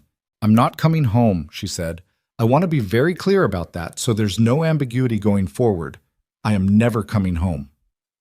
What you did on the night of the blizzard, the deliberate removal of my coat, the location tracking, the timing, I have documentation and testimony that covers all of it, and by tomorrow morning it will be in the hands of my attorney, Rice's office, the 4th District, and 3 journalists who are not Patrick Voss's contacts and are therefore interested in the actual story.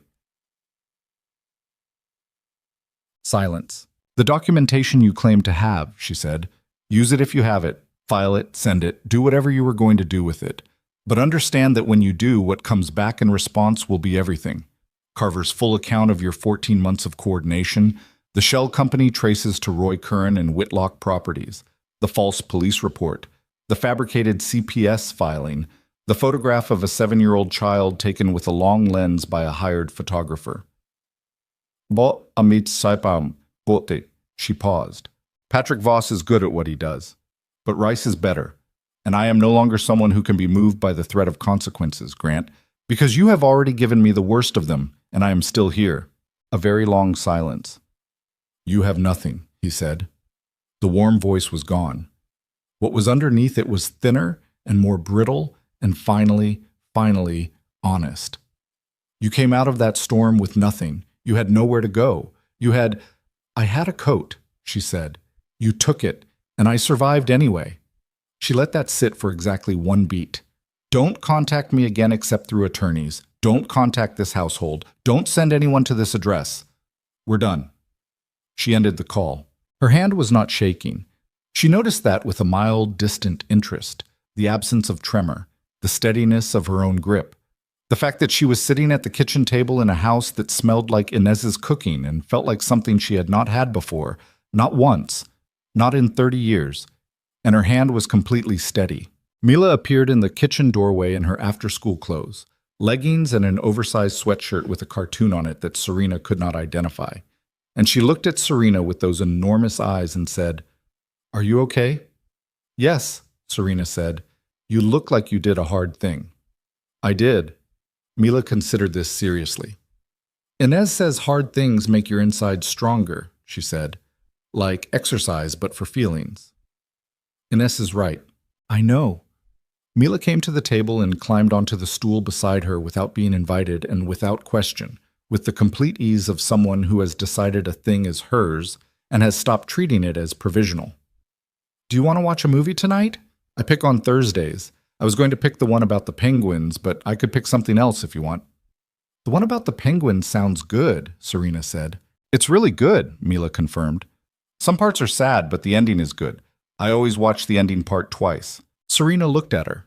At this 7-year-old who had been used as a target by a man she'd never met, who didn't know it, and who was right now entirely focused on the negotiation of Thursday movie selection. And she felt something move in her chest. Not break, not crack. Move. The specific internal motion of something that has been held very tightly for a very long time, beginning, cautiously, and with good reason for caution, to open. Then we'll watch it twice, she said. Mila beamed. The legal proceedings took 4 months. Reese was, as advertised, better than Voss. The counterfiling landed with the weight of everything they'd built. Carver's testimony, the shell company traces, the phone records, the location data, the coat, the time-stamped photographs, and the photographer's own statement once it became clear that cooperation was the better option than the alternative. Patrick Voss withdrew from the case in February, which was not an admission of anything, but was also not the behavior of a man who believed his position was defensible. Grant's documentation turned out to be partially real and entirely misrepresented. Fragments of financial records from Luca's legitimate business operations, stripped of context and sequencing, the kind of thing that looks alarming in isolation and unremarkable when the full picture is restored. Rice restored the full picture with the methodical thoroughness of someone who enjoys this particular kind of work. The federal inquiry that Grant had implied was imminent turned out to be a periodic review that had been ongoing for years and had consistently found nothing actionable, a fact which Voss had known and which had not stopped him from describing it to his client as leverage. The divorce was finalized on a Tuesday in March. Serena was sitting in Rice's office when the notification came through on her phone, and she looked at it for a moment and then set the phone face down on the conference table and looked at the window, which framed a rectangle of gray Chicago sky with a thin line of bare tree branches at the bottom of it. And she breathed in and out twice, and that was the entirety of her ceremony for the end of 8 years. Reese pretended to be looking at something on his desk. He was considerate that way. She moved out of the guest room in April. Not out of the house, out of the guest room, into the room at the end of the east wing that had better light and a view of the garden rather than the lake, and that had been, everyone understood without discussing it directly, available for a while. She enrolled in the graduate program at Northwestern in May. The application had been half written on her laptop for 2 years, one of those things maintained in a state of near completion as a private hedge against a life that wasn't working, a door held slightly open in case she needed it. She finished it in a single evening in February, sitting at the kitchen table while Noah did calculus across from her and Mila drew horses on the back of her scratch paper, and she submitted it at 11:43 at night and closed the laptop, and that was that. The acceptance came on a Wednesday. She was making coffee. She had finally, after 4 months, learned the trick of the machine. When her phone showed the notification and she stood in the kitchen in the early morning and read it twice, and then set the phone down and finished making the coffee, and stood at the counter with both cups and waited. Luca came downstairs at 6:45, as he always did, suit not yet on, the pre-armor version of himself that only the household saw, and he stopped in the kitchen doorway when he registered her face. "What happened?" he said. She handed him the coffee. "I got in," she said. "Full scholarship." He looked at her for a long moment. Something in his face was doing the thing it did sometimes in the evenings, when the house had settled and the day was done and the armor was down, the thing she had no name for yet that she suspected, with a certainty she was still approaching carefully, was the same thing she felt when she looked at him. "Tell me something," he said. "What?" "The night I stopped the convoy." He was watching her carefully. "If you had known, the whole thing, Carver, Grant, all of it, if you had known it wasn't an accident, would you have gotten in the car?" She thought about it honestly. She owed him that. "I don't know," she said. "Maybe not." She looked at her coffee. "But I know I would have ended up here anyway, some longer, harder way. Because—" She stopped, started again. "Because Mila would have found me somehow. She has that energy." He laughed. Actual laughter, not the controlled, brief version, but the real one, sudden and unguarded. And it changed his face completely. opened it, and she thought again. There you are. And this time she didn't look away from it. She would have, he agreed. They stood in the kitchen in the early morning while the house woke up around them, and it was ordinary, and it was specific, and it was entirely, completely real. The conversation she and Luca had been not having for 4 months finally happened on a Sunday evening in late May, when the children were in various states of post-weekend wind down, and the house was quiet in the particular way of a place that has absorbed a full week and is letting it go. He found her on the back terrace. She was leaning on the railing looking at the lake, which was doing something extraordinary in the evening light. A flat, hammered silver that caught the last of the sun and held it. She heard him come out, and she didn't turn immediately, and he came to stand beside her at the railing, and they were both quiet for a while, looking at the water. "I need to say something to you," he said. "Okay." He was quiet for another moment. He was choosing his words with the care of a man who knows the weight of them and does not spend them carelessly. "When Elena died," he said, "I stopped expecting anything, not in a dramatic way, not collapse. Just, I stopped expecting anything from the future that was personal. Professional, yes. For the children, yes. But for myself," he paused. "I made a calculation that the best I could do was build walls high enough that nothing else could get in and damage what was left." She said nothing. Let him finish. "You came through the wall in a blizzard," he said, "without trying, without a plan." A pause. "I am aware of the irony that Grant engineered the geography of it and got nothing he intended from it." "He got the geography wrong," she said. "He thought putting me in your path would create a problem for you. He didn't account for the possibility that it would create the opposite." "No," Luca said. He didn't understand that. He turned from the railing and looked at her directly. The full force of that reading everything attention, except now it was not reading for threat assessment or variable calculation. It was just looking at her, completely, without a purpose beyond the looking. "I'm not good at this," he said. "I want to be honest about that. I've been outside it for 4 years, and I was not especially graceful at it before that. I've had 8 years of the wrong version of it," she said. "I'm not exactly qualified to evaluate grace." "Then we're evenly handicapped." "Evenly handicapped," she repeated. "That's the most romantic framing I've ever heard. I told you I wasn't good at this." She turned to look at him. She looked at his face in the evening light, the tiredness in it, and the steadiness under the tiredness, and the things she had been watching approach for 4 months, cautiously and from a distance, and which was now simply present, close, and real, and asking nothing of her except the same honesty she had been asking of herself since the night she walked out of a foyer on Birchwood Lane and into a blizzard. "Luca," she said. "Yes." "Stop talking." He did. What happened next was not dramatic. It was quiet, and it was certain, and it was the kind of thing that doesn't require an audience. And the lake went on doing its silver business in the evening light, and the house behind them held its breath for exactly as long as it needed to. Later, much later, months later, when summer had become fall and fall had become the particular Chicago winter that arrives with intent, Serena would try to identify the moment when the house stopped feeling like a place she was staying and started feeling like a place she lived. She could never locate it precisely. It wasn't one moment. It was 1,000 small ones, each unremarkable on its own. The morning she stopped checking where the towels were kept because she already knew. The evening she sat down at the kitchen table and reached for the salt shaker without looking and found it exactly where she expected. The Tuesday in October when she drove Mila to a school event and brought her home and made hot chocolate and listened to Mila's complete and detailed account of every social interaction that had occurred over 4 hours. And at some point during the account, Serena realized she was not performing attentiveness. She was simply paying attention, fully, with the whole of herself because she wanted to. It was Noah who asked her in November, sitting across from her at the kitchen table over the history project that had become a standing weekly institution. He asked it the way he asked most important things, sideways, approaching from an angle, not looking at her directly. "Are you going to stay?" he said. He was looking at his notes. His pen was still. She looked at him. "Yes," she said. He looked up. He looked at her with the 12 years and 100 years eyes. "Even when it's hard," he said. "Not just when it's good." "Even when it's hard," she said. "Especially then." He looked at her for a long moment. Then he nodded once, the precise adult nod of someone who has asked the real question and received the real answer, and looked back at his notes. "Okay," he said. "So about the Marshall Plan." "Yes," she said, "the Marshall Plan."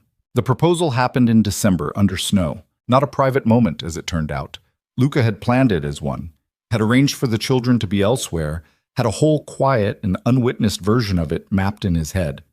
What actually happened was that it was snowing, and Mila had seen the snow and come running downstairs and insisted on going outside immediately, and the quiet plan evaporated in approximately 40 seconds, because that is what happens when you live with a Mila. And so it happened in the front garden with all three children present, Noah with his phone because he had anticipated something was happening, Mila in her boots and her bright red coat bouncing in the snow, Arya standing slightly apart with her arms crossed and her chin up and her eyes bright in the cold.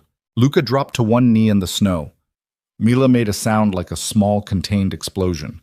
Arya turned away and looked at the sky and pressed the back of her hand to her mouth, which Serena saw and which she would remember for the rest of her life. That gesture, that particular combination of the reflex to hide feeling and the inability to fully succeed at it. Noah recorded everything. His hands were perfectly steady. Serena looked at Luca, kneeling in the snow in his coat, the cold turning his breath visible, his face completely open in the way it had been on the terrace in May, the armor entirely down. And she thought about a bus shelter in a blizzard, and a deadbolt sound, and a charcoal coat pulled from a closet, and the vast, improbable geometry of all the things that had had to happen wrong to bring her here, to this garden, to this snow, to this exact moment with these specific people. She thought, Grant took my coat to make me colder. She thought, it didn't work. Yes, she said. Mila's contained explosion became uncontained. Noah lowered his phone and did something he almost never did in front of witnesses. He smiled, wide and unguarded, a 12-year-old's whole face. Arya turned back around, and there were tears on her face, and she looked at Serena with the full uncovered force of everything she'd spent 4 years learning to protect. And she said nothing, because some things are beyond the reach of words, and they both understood that. Luca stood up. He was not particularly graceful about it. The snow was wet, and his knee was cold, and he nearly slipped and caught himself. And Serena laughed, actually laughed, and he shook his head with the expression of a man who is simultaneously embarrassed and so fundamentally happy that the embarrassment cannot find purchase. I told you, he said, not good at this. You're perfect at this, she said. Mila inserted herself between them with the confidence of a force of nature and wrapped both arms around Serena's waist and held on with the complete, unqualified commitment of someone who has never once considered that love might have conditions. And Serena put her hand on the back of Mila's head and held on back, and the snow came down around all of them, quiet and indifferent and cold and beautiful. The years arranged themselves the way years do, not in a line but in layers, each one settling over the ones before it, changing the texture of things, deepening the color. Serena finished her graduate degree in the spring. Her thesis, on continuity of attachment and identity stability in non-biological family formation, was published in an academic journal and then, more unexpectedly, excerpted in a national magazine, which generated more letters to the editor than the magazine had received on any topic in 3 years, most of them from people who said some version of, "This is my family, we have no name for it, thank you for giving us one." She built a practice. Not quickly, not cleanly. It had the texture of real work, difficult and slow, and marked by failures she had to sit with and learn from and try again. She worked with adoptive families and with children who had moved through systems not designed with their best interests at the center, and she worked with the specific, unspectacular, essential dailiness of repair, the kind that doesn't look like anything from the outside, that happens in small rooms over long time, that shows up years later in the steadiness of a person you can't fully trace back to the hours that built it. Luca, over those years, moved steadily and without fanfare toward the kind of man he had always had the potential to be when the immediate demands of survival were no longer the organizing principle of every decision. He did not become simple. He did not become entirely clean in every sense of the word. His history was his history, and the world he had operated in left marks that don't fully resolve. But he was present for his family with a completeness that had not been possible when grief and vigilance and the architecture of protection were taking up all available space.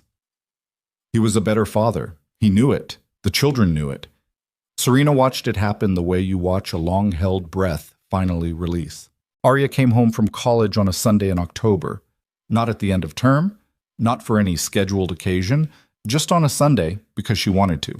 She came in through the kitchen door with her bag and her coat and the particular quality of ease that people develop when they have spent enough time somewhere safe.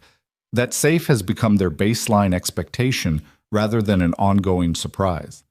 She dropped her bag in the hallway, which was a thing she had not done as a teenager because she kept her things close, and she sat at the kitchen table and ate Inez's food and talked for 2 hours about nothing consequential.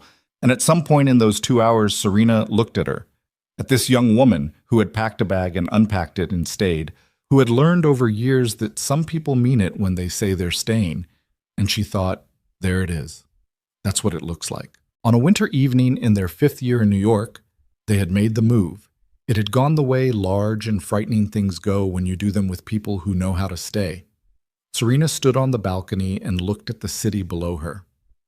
Snow was falling, the particular kind that falls over Manhattan at night and catches every light and multiplies it, so that the city below seemed to be generating its own weather, its own warmth, its own indifferent and magnificent evidence of 10 million lives proceeding simultaneously in all their complexity. She thought about a bus shelter. She thought about charcoal gray.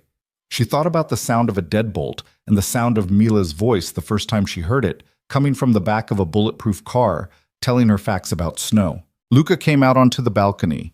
He stood beside her and looked at the city, and she felt the warmth of him next to her in the cold air, and she did not say anything, and he did not say anything, and they stood there together in the snow, and the silence was the specific kind that is not empty but full of everything that has been said and done and survived and chosen, every ordinary Tuesday and every crisis and every movie watched twice because the ending is good, and the silence held all of it without effort, the way a house holds the people inside it, present and solid and real. She took his hand. The snow fell on. The city blazed below them.